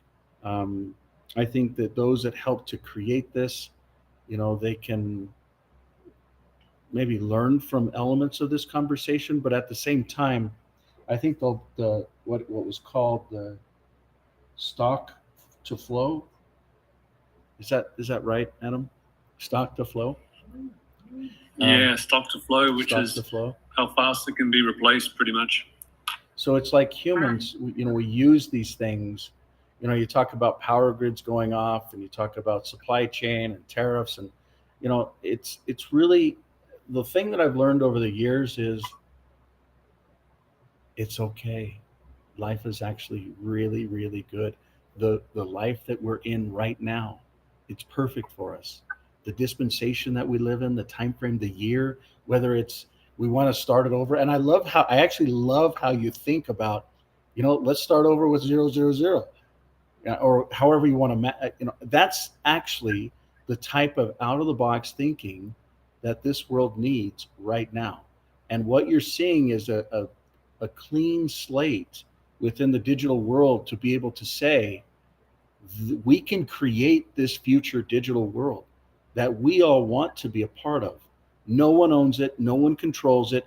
Not even the voice that you're hearing right now, because the biggest goal is to create it in such a way where humanity is actually the ones that get to be a part of it in the future. For instance, I was on with engineers today, and these are young engineers learning simple lessons.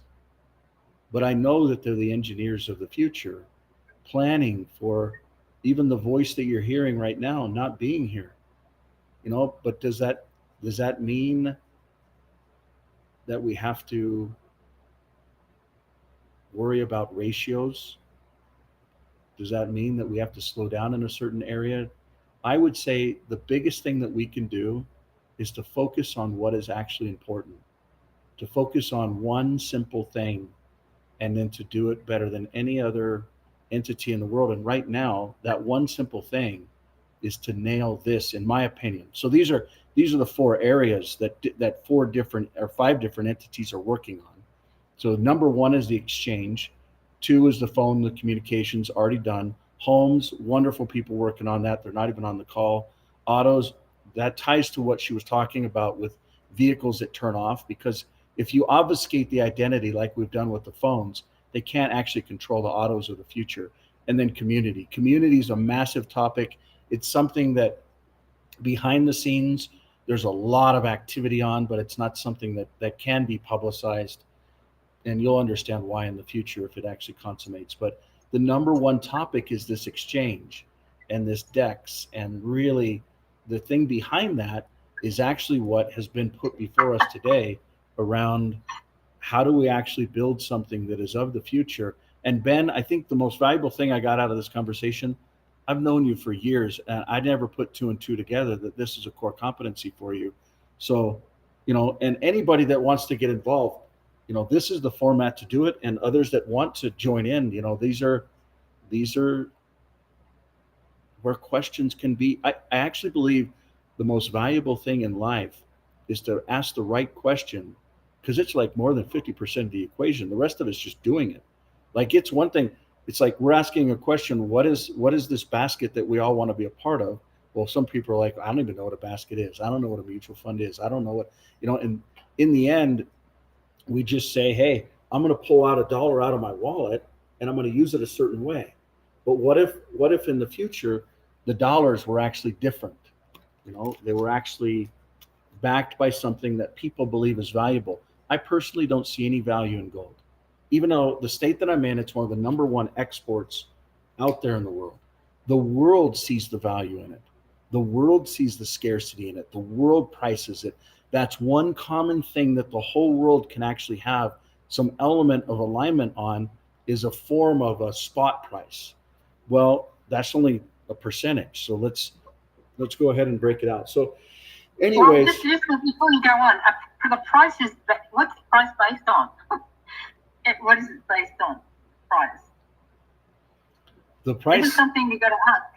The price is based on fair market value, what a willing buyer is willing to pay, and that's the value of really. What if the dollar no longer exists?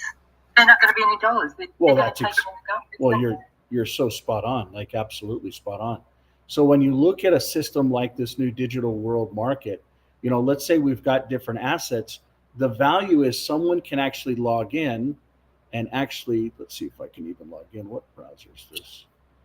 Let's say that I want to log in and I actually want to see, what the value of a particular asset is. So you can see so you can see there's a buy order and a sell order here. So this is a fair market value example in real time. So you can see, what is actually floating, how's it working? The net is the value of this asset really 105,000 or whatever the fair market value is right this moment? Or is it really come down to relationships, time, the experience that we can actually not only individually have, but pass on? I mean, those things are things that I believe are real wealth.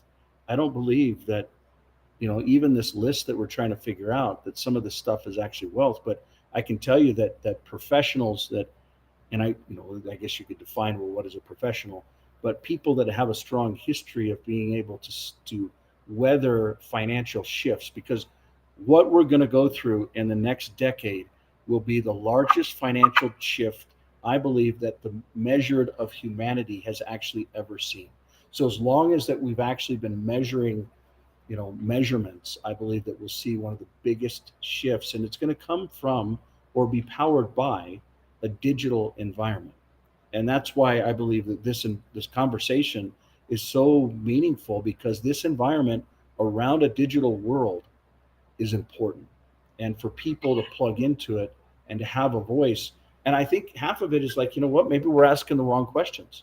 Maybe it's something totally different. Maybe it's around dates, like you brought up. No, it is. The currency is very important, Michael, but it's one of a few importances. Another importance is another consensus system, a totally different consensus system that's based on sovereignty, not hierarchy. And we've got to get that right. I think, otherwise, it doesn't matter about consensus, about digital. I think when you provide more time, I know this is your first hour and a half or two, however long we've been, but I think as you provide more time to understand, you will come to understand that this is the most sovereign system that humanity is in, and it's in its infancy. It's still starting, but it truly is built with decentralization from a system standpoint. Yes, the humans that are actually building it are still alive, but there'll be a day when we're gone, and if this system can actually stand on its own, and future generations can actually use this thing, and when I say generations, I'm talking about Cherokee, Chickasaw, Navajo, Hopi, Kuna, any of these different environments that have absolutely been raped and pillaged and murdered and forgotten, and then continue to have their identity just be erased. And I'm not even talking about the Hawaiians or the Maoris or the Samoans or the Tongans or the Kunas. These environments are real world. They're actually identified, but they're still being erased. And this isn't just a gender thing or a thing of where you hear on this land or was that taken over. It really does come back to, we are all physically here on Earth at the same time. And how can we take the physical experience and really work with intelligently organized digital systems for the future? That's, to your point, that is decentralized, that is sovereign, that is independent. And I know those points need to be proven to you because this is a new conversation for you, but I've had this conversation, Michael. Do you think no, I've had these kind of conversations a lot of times. What I'm trying to say is sovereignty has to be shown. We have to see what it looks like. It's got nothing to do with the digital world. The digital world is another world, which is, is alongside the natural world now. But and I go for it. I think it's our savior. It's one of our saviors. But we have to see what sovereignty looks like. We have to show it. We have to live it and talk about it and debate it, because everybody's still in the program of hierarchy, and we're not going to get anywhere if we stay like that. So I'm talking. You kind of put everything into the digital world, which I agree is a huge portion, but it is not enough. And you said before that we'll concentrate on one thing. Well, men like to do it that way, but that's not how we do it, because there's more than one thing. It's going to take a few things, but it doesn't mean it has to be hard, and it doesn't mean it can't be fun. Okay, we can have the most wonderful adventure together, all of us, and I really feel grateful that you're giving me the opportunity to say this, even though I say it rather quickly, because I know I get sort of, people get mad at me because I'm saying these things. But I would love to have a conversation with anybody who's prepared to listen. I've done a fair bit of talks on videos and things, but I don't promote myself. I'm not here to be a technocrat, and we're all here to live our real source of life. Each one of us is so powerful and so well endowed with capacities that this is what we're doing. We're breaking through the chains that they've put on our DNA, if you want to call it that. And we're coming out like butterflies from being caterpillars. And it's a bit, it's a bit turbulent, but we can still have fun with it. And all I want to do is just influence you, the people who do this work. It's wonderful what you're doing. Can I say something? Don't ask permission, just say it, Danielle. Okay, so I really, this conversation is absolutely incredible to me. Very deep, very interesting. What I will say, Denise, is I've been following and working with Michael for 3 years now, and I've been following Foster for since Thrive 1 came out, and but I never really, to be quite honest, I never really understood what sovereignty meant until I started following Michael and being on these calls every single Tuesday. And I so appreciate what he's done, what he is doing for humanity, because all the work that Michael is doing, his vision, his heart, his divine creation can allow humanity to be sovereign in so many ways that I'm just so grateful that somebody introduced me to him. And I think that maybe if you stick with this a little bit more and listen to Michael's work, to what he's done, I think you may have a different perspective on what it can do for humanity. And everything you said is unbelievable. I agree with a lot of it, but I think that the digital world can bring another aspect to humanity that we otherwise, that I, in my own experience, have not seen so far. So that's all I have to say. Well, I agree with you, but I just want everybody to know that we're all, Michael, I know your work, I really do, but we've all worked hard. We're all working hard for this. We've got to understand that we are all doing hard work.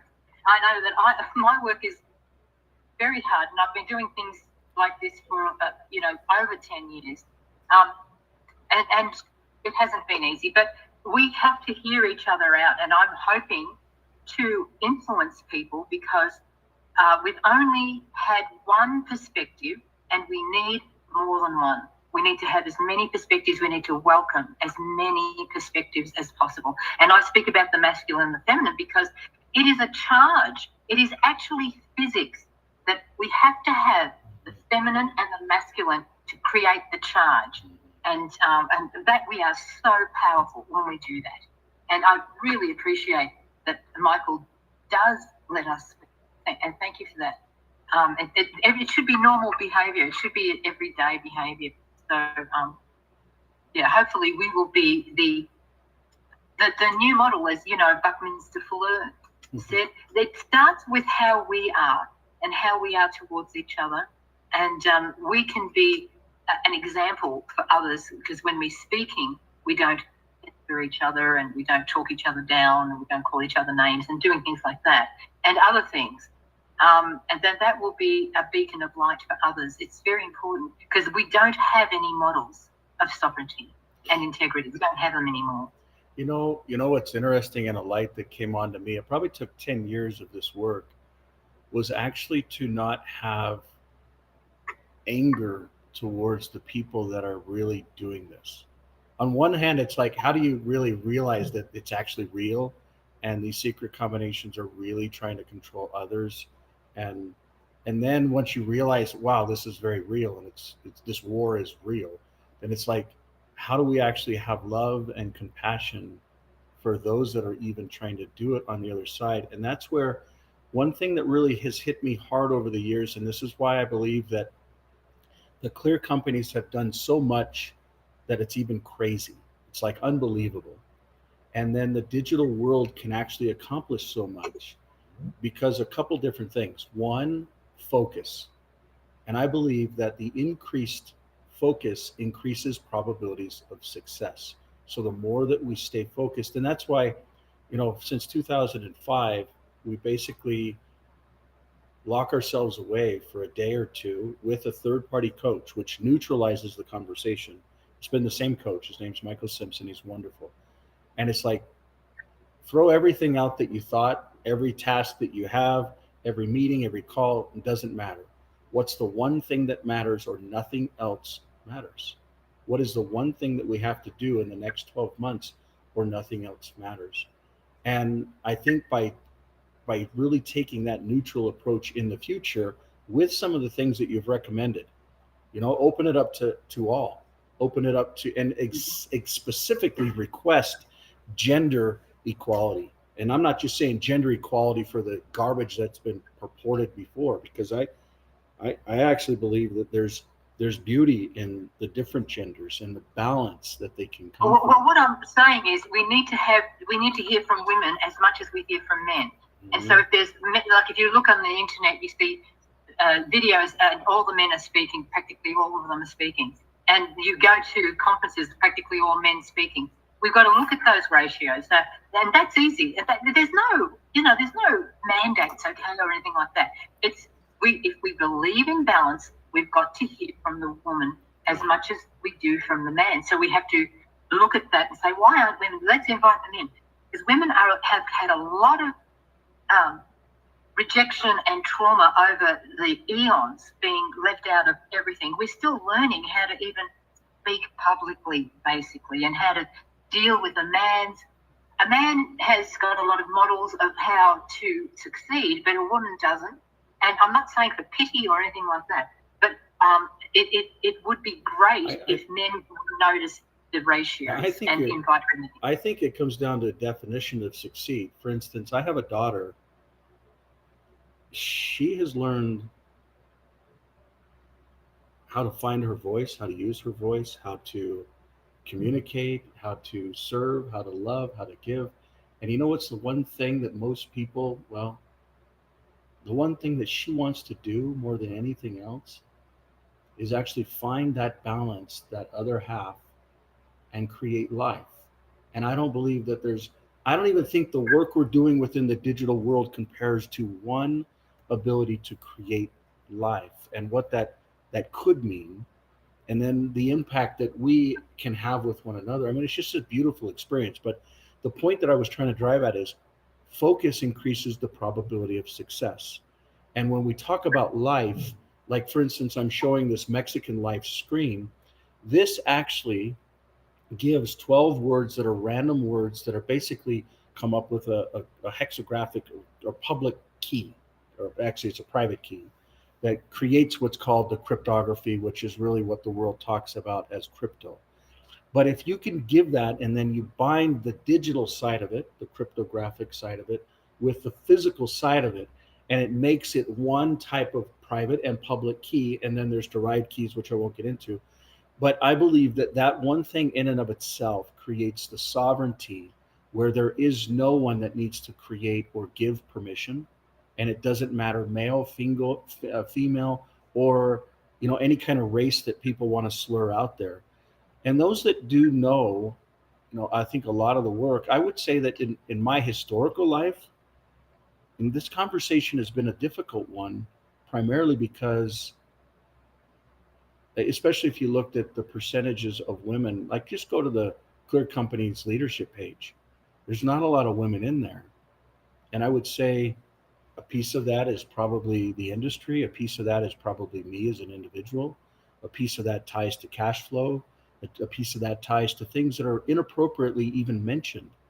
But in the end, I think the lesson, and maybe my lesson today, is to think differently, to involve differently, to slow down and not just look at the race around, these systems are going to shift. Like, we're literally less than a month away from Real ID being implemented. And the financial systems, I can, we talk about Stargate, that stuff is being implemented in other countries now. Some of the questions in my mind is, should I be on a plane and actually in these countries and telling them what they're doing to their citizens and providing them an opportunity of a choice in a different path? some of you that have been following it, you've seen we've run crazy, beautiful tech companies. And then the next thing you know, we're on a boat somewhere or an island somewhere or some, treasury department of some country trying to convince them that there is a better way than to roll out a central bank digital currency or to roll out some type of identity system that people think that they have to have.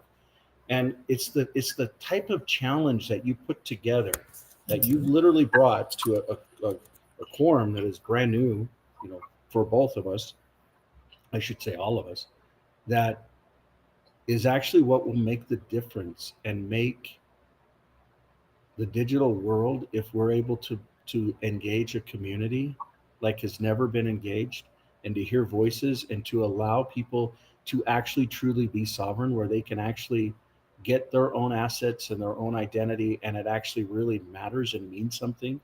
And then, and this may sound crazy as well, we actually take those lessons that we've learned and we actually go and create legal precedences and legal cases in the centralized world, proving that this decentralized ecosystem actually deserves a place. Does that mean it takes over the centralized world? That's not what it's about. It's about saying, you know what, it has its place and it should be a part of the choice that's actually should be around in humanity. So I know we've gone long. Go ahead. I don't want to. Can I say something? Can you hear me? Becca, we got you. Hi. I just have a couple of things to add. The Genius Act, I'm so glad that has been updated. Thank you very much. That is incredible. But also, can you just explain the stablecoin part of that act? They're basically just trying to drive that there's transparency. So there's transparency. Okay, so do we understand that though? Like from that point of view, that's huge. This is like back from Einstein's age. Like the Genius Act is something huge for America. And it was actually, what's interesting is I've actually got some draft legislation for the digital world around that, with some of the things that could be looking at the positive. The problem is it wasn't, it's nowhere close to where it should be to even ask a logical question. But that's why this type of a digital coin in the structure and formation makes sense, because you have to have something that's actually stable before you can actually go through the legislation of implementing, or at least understand a framework. And on one hand, I think that the Genius Act could actually enslave humanity if it's done wrong. And on the other hand, I think it's actually a gift to America if it's implemented correctly. The problem is most of the things that I personally have observed, and everyone may have a different perspective, what we think is actually something that is going to free us, it's actually being something that is enslaving us because of how it's implemented. I think that this is the way to do it. I think the stuff that we have been talking about for the last 6 years is definitely the way that it should be done. Like we don't need these Wi-Fi frequencies. There's a new technology, there's new innovations that we can use to replace old thinking, just exactly what Einstein said, talking about consciousness. I've seen innovations real with my own eyes, and it's very exciting. And I think this is definitely the way that we need to do it. Totally. So they're healthy Wi-Fi signals, Becca? Yeah, so gravitational waves, yes. So these are more sustainable waves. I can send you so much information on them if you want to have a look at them. I do think that, like, when we talk about the Genius Act, it changes our licensing structure, which is very good. If you remember my case study that I did a little while ago on artificial intelligence, which actually I do want to talk about. That lady in that video, she mentioned private AI. Mm-hmm. Yep. And I think, you're probably getting where I'm going with this, Michael, but is there a way that, because we need to have our own AI, about the large language models, I think organizations should develop their own AI, yes, and keep it within their, section. But is there a way, like, for us to do something like AI credits in a decentralized nature? So we can use our own AI and then have AI credits? AI as for an individual, especially when we look at generation over generation, it's going to be something that's going to be a part of not just the past, but the future. And where I personally believe it's still so infant, the technology on the cutting edge, and then sometimes you bleed because you're so far in advance. Your question is spot on, and I really believe that AI is going to play a massive role in the future of technology in a way that we don't even understand today. We can talk about theories, we can talk about robots, we can talk about consciousness, we can talk about storage, but the key fundamentals tied to the ability to take decentralized ID and decentralized storage that uses derived keys that AI actually can't follow. And whether it's payments or storage or transactions, the key is building a future-proof system. And I believe that is what makes the digital world unique.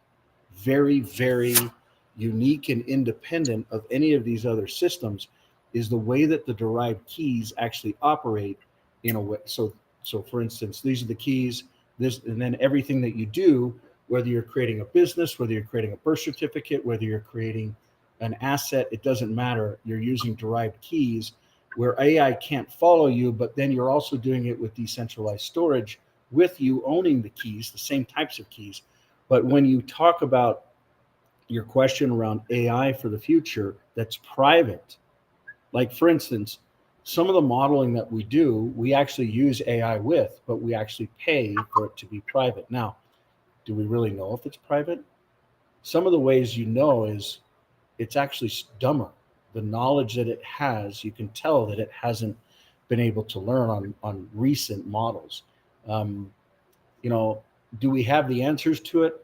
I don't believe that we do today, and I actually believe that we would be bloodied and hurt if we adopted the AI structures that we currently see. For instance, there was 3 different requests this last week for me personally to do a review of an AI company. And I went in and did the review, and I thought, it's just not right. It's not right. It's too early. There's too much noise. There's not enough use cases or value, or how's it structured, or how's it secured. There's just so much. And I believe that the digital world technology platform that it currently has, whether it's based on Red Hat Enterprise Linux on the server node side, whether it's based on Android on the mobile side, or whether it's based on Ripple on the chain side, all put together with a clear ecosystem that provides a free baseline for the digital world, if you will. I believe that we've made the right decisions in the past, and the right decisions in the future are still yet to be determined. And then when we fast forward like 5 generations, will we ultimately know, did we actually really build a system for identity that didn't just last a decade, but it lasted a century, or maybe even 1,000 years? Those are the things that I still think are yet to be realized. And so, let's ask that question every single week around AI, especially because there's more lessons. I personally am still learning tons about what the potentials are. And I think that we haven't even grasped what they could be. But the models, I think, are in front of us. And the model of really decentralization, this is a true and correct principle. Now, how we apply it and how it gets changed over the years, what our new visitor is talking about with a hierarchical structure and centralized is absolutely wrong. With a decentralized approach, it doesn't matter if it's within growing food, or how our universe works, or how our bodies works, or how creation works. It's true and correct. And I think if we just stay focused on decentralized systems and the relevant parts of them that all of us bring up, You know, something crazy out there was mentioned today around time and calendars. Maybe we actually slow down and listen and understand. Maybe it's geometry. Maybe it's yin and yang. Maybe it's male and female. Whatever the topic, I think that if we allow, and this is another real lesson that I personally have had, if you take time out of the equation, everything makes sense. If you take space out of the equation, like I'm talking like universe and size, it all makes sense, you know, but all of us have to learn these different experiences on our own. That makes sense in my mind. Takes time and space out, and everything just starts plugging together. It's like, okay, well, maybe that decision around, you know, that particular topic doesn't have the same relevance. And also, you know, another lesson that I think is really important, that my father-in-law, who's now passed away, and my actually, no, we had another death this last week, but time is the great healer and the great revealer. And I think in time, some of the things that we're focused on now, it may be revealed that some of it's just a waste, but some of it's really mattered. And that we stayed consistent in our focus and in our effort, and just continued forward in faith, like, and not for money, not for pride, not for ego, not for, you know, control, but we did it for the right reasons. I think that over time, what's really being fragmented inside of society, you know, we talk about AI taking jobs, and we talk about the next generation having like 15 jobs in their lifetime. But I think that focus, if we can really focus on something that is important for humanity, which I think decentralization is the answer to a lot of the problems. I think that together, collectively, and that's to the point that has been made over and over on this call, it can't just be one voice, especially my voice. This has to be other voices that are like, you know what, I can actually get on board with that decentralized conversation, and it makes sense, or I can't get on board with it and it doesn't make sense because of these reasons. But it's through the shooting of holes and questioning it that we can actually get somewhere. So what I would just encourage is, think about this topic over the next week. You know, maybe I don't know when we lock it in, but I know that time matters. But think about this topic. If you have something that you use in your life, bring it up and let's actually discuss it. Because what Adam talked about with stock to flow ratio, I think that if we're using it on our lives, you know, corn. I had corn, was it 2 days ago? Wheat, you know, wheat's actually one of the biggest gifts that we don't even understand. We use it the wrong way. We don't let the seeds germinate, blah, blah, blah. But the point that I'm trying to drive at is the things that humanity uses is really what we want to actually tie to. And I think the thing we use the most, separate from water, is energy. And I think that, you know, should water be on here? Should energy be on here? How do we do it? If so, is it, you know, power purchase agreements? Is there commodities we can buy with that? Or, you know, and the conversation earlier around hemp, I think that's brilliant. Cannabis, it's brilliant. You know, anyways, I'm going to stop and turn the time over. Before you go, I just want to put another thought, just for people to think about and yourself, Michael, is I believe that we have to account for psychopathy in our, you know, species, and about 5% of people are psychopathic. And how they operate is they have to do everything in an anonymity. And I would worry about, and I please think about this, that anonymous, nothing's anonymous now. Well, nothing is secure now because digital can be hacked. I mean, they've even got supercomputers that can, you know, do amazing calculations very quickly and get through any encryptions. But, you know, the thing that the psychopaths don't like is living in the open. They can't handle that. So I believe that we should, with the technology, should be all open, everything. So I just want to leave you with that. Think about it for a while and we can continue it on. I know it's getting, we've had a lot of, you know, hours, but it's been really stimulating. Thank you. Yeah, thank you. And for those that were on last week, we talked about, you know, a gentleman named Jimmy Levy being involved in the Deal Flow show, which basically had 3 different judges, a panel of 5 judges, and then a panel of AI, and then a panel of the world. And the goal is for this Deal Flow to actually be judged by these 3 different panels. And the reason I bring up Jimmy, his mother is actually a psychic. She goes on every week and provides free psychic stuff. And her mother, so Jimmy's grandmother, was actually a psychic, and one of the most famous psychics that humanity's ever known. She would go on to America's Most Wanted or Ripley's Believe It or Not, or one of these shows. I don't pay attention to shows, but even though this Deal Flow is a show, but she would actually go on and she would be requested to solve crimes on reality TV, like solve it real time. And she would do it. And the statistics around it are unquestionable. Like, you're right on with the psychopathic type, or I don't even know how to say the word. What was the word? Psychopath. But Yeah. psychopath, I think, is a very key part of the, if you know people that are, we invite them, please join.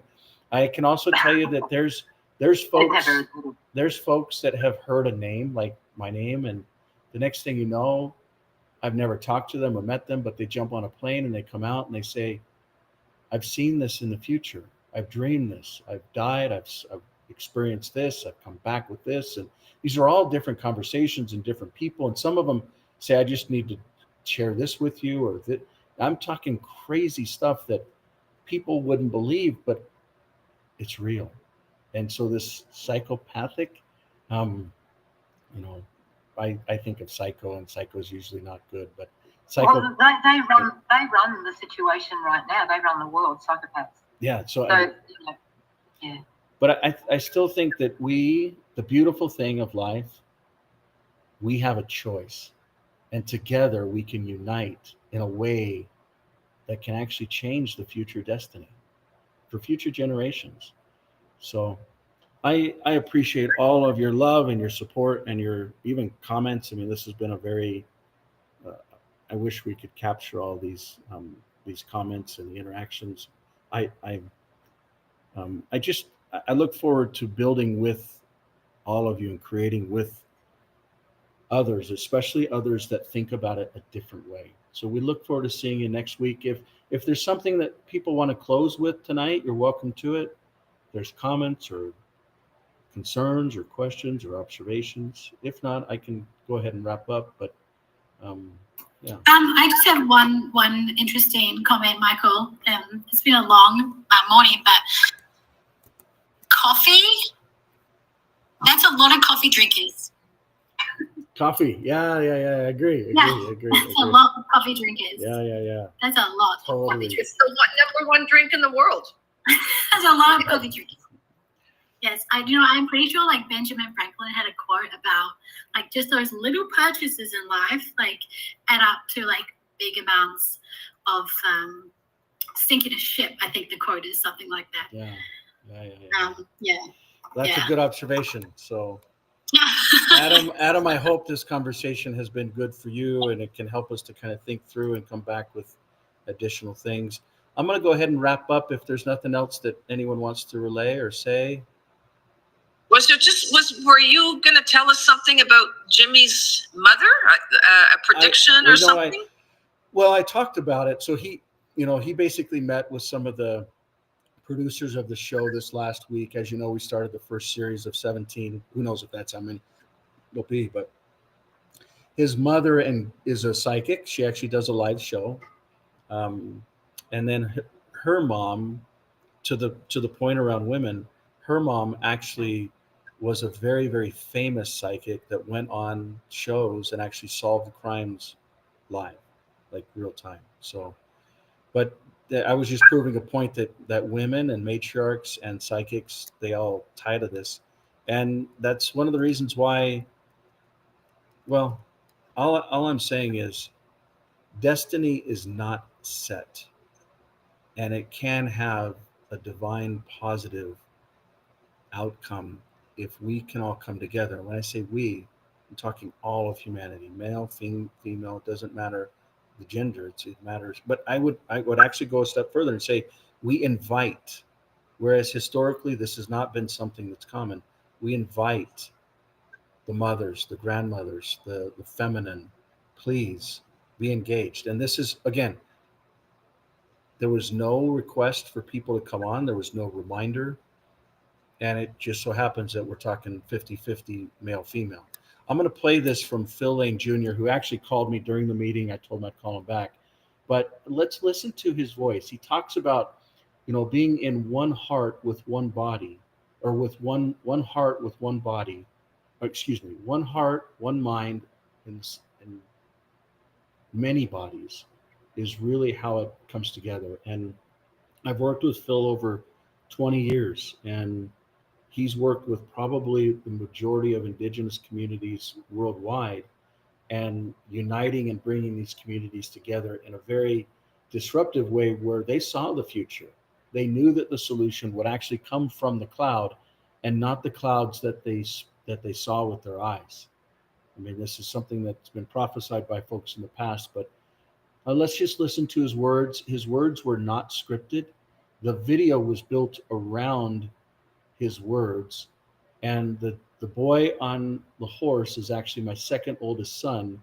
And he's the only individual that's been given the headrest from Phil Lane Jr., who's a hereditary chief, which the headrest, including the different feathers, were given from different tribes and different kuleana, or responsible environments that, and he's just an amazing man. I look forward to reaching back out to him, but please listen to his words.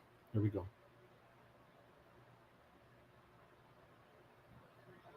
No, maybe.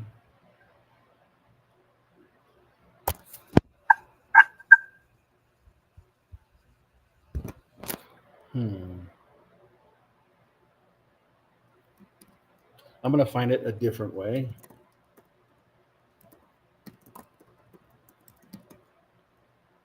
Actually, I'm just going to go to the digital world. Digitalworld.earth, and then I'm going to scroll down a little bit because he's right here, because this is the core message. Hopefully it plays here. Here we go.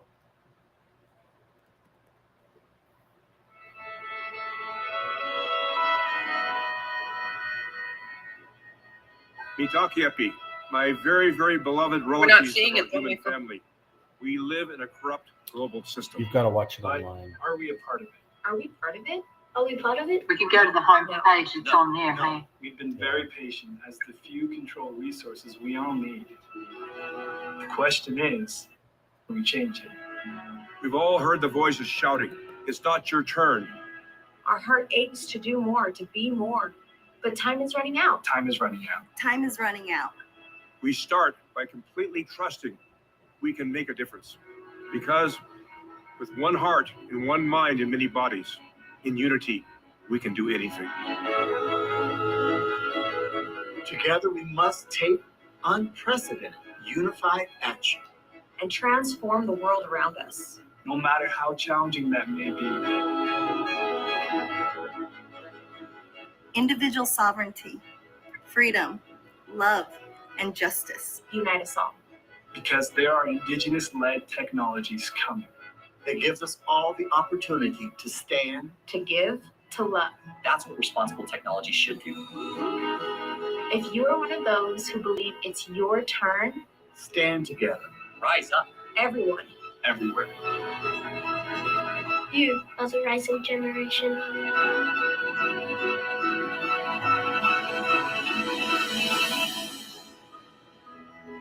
Much love, everyone. We'll see you next week.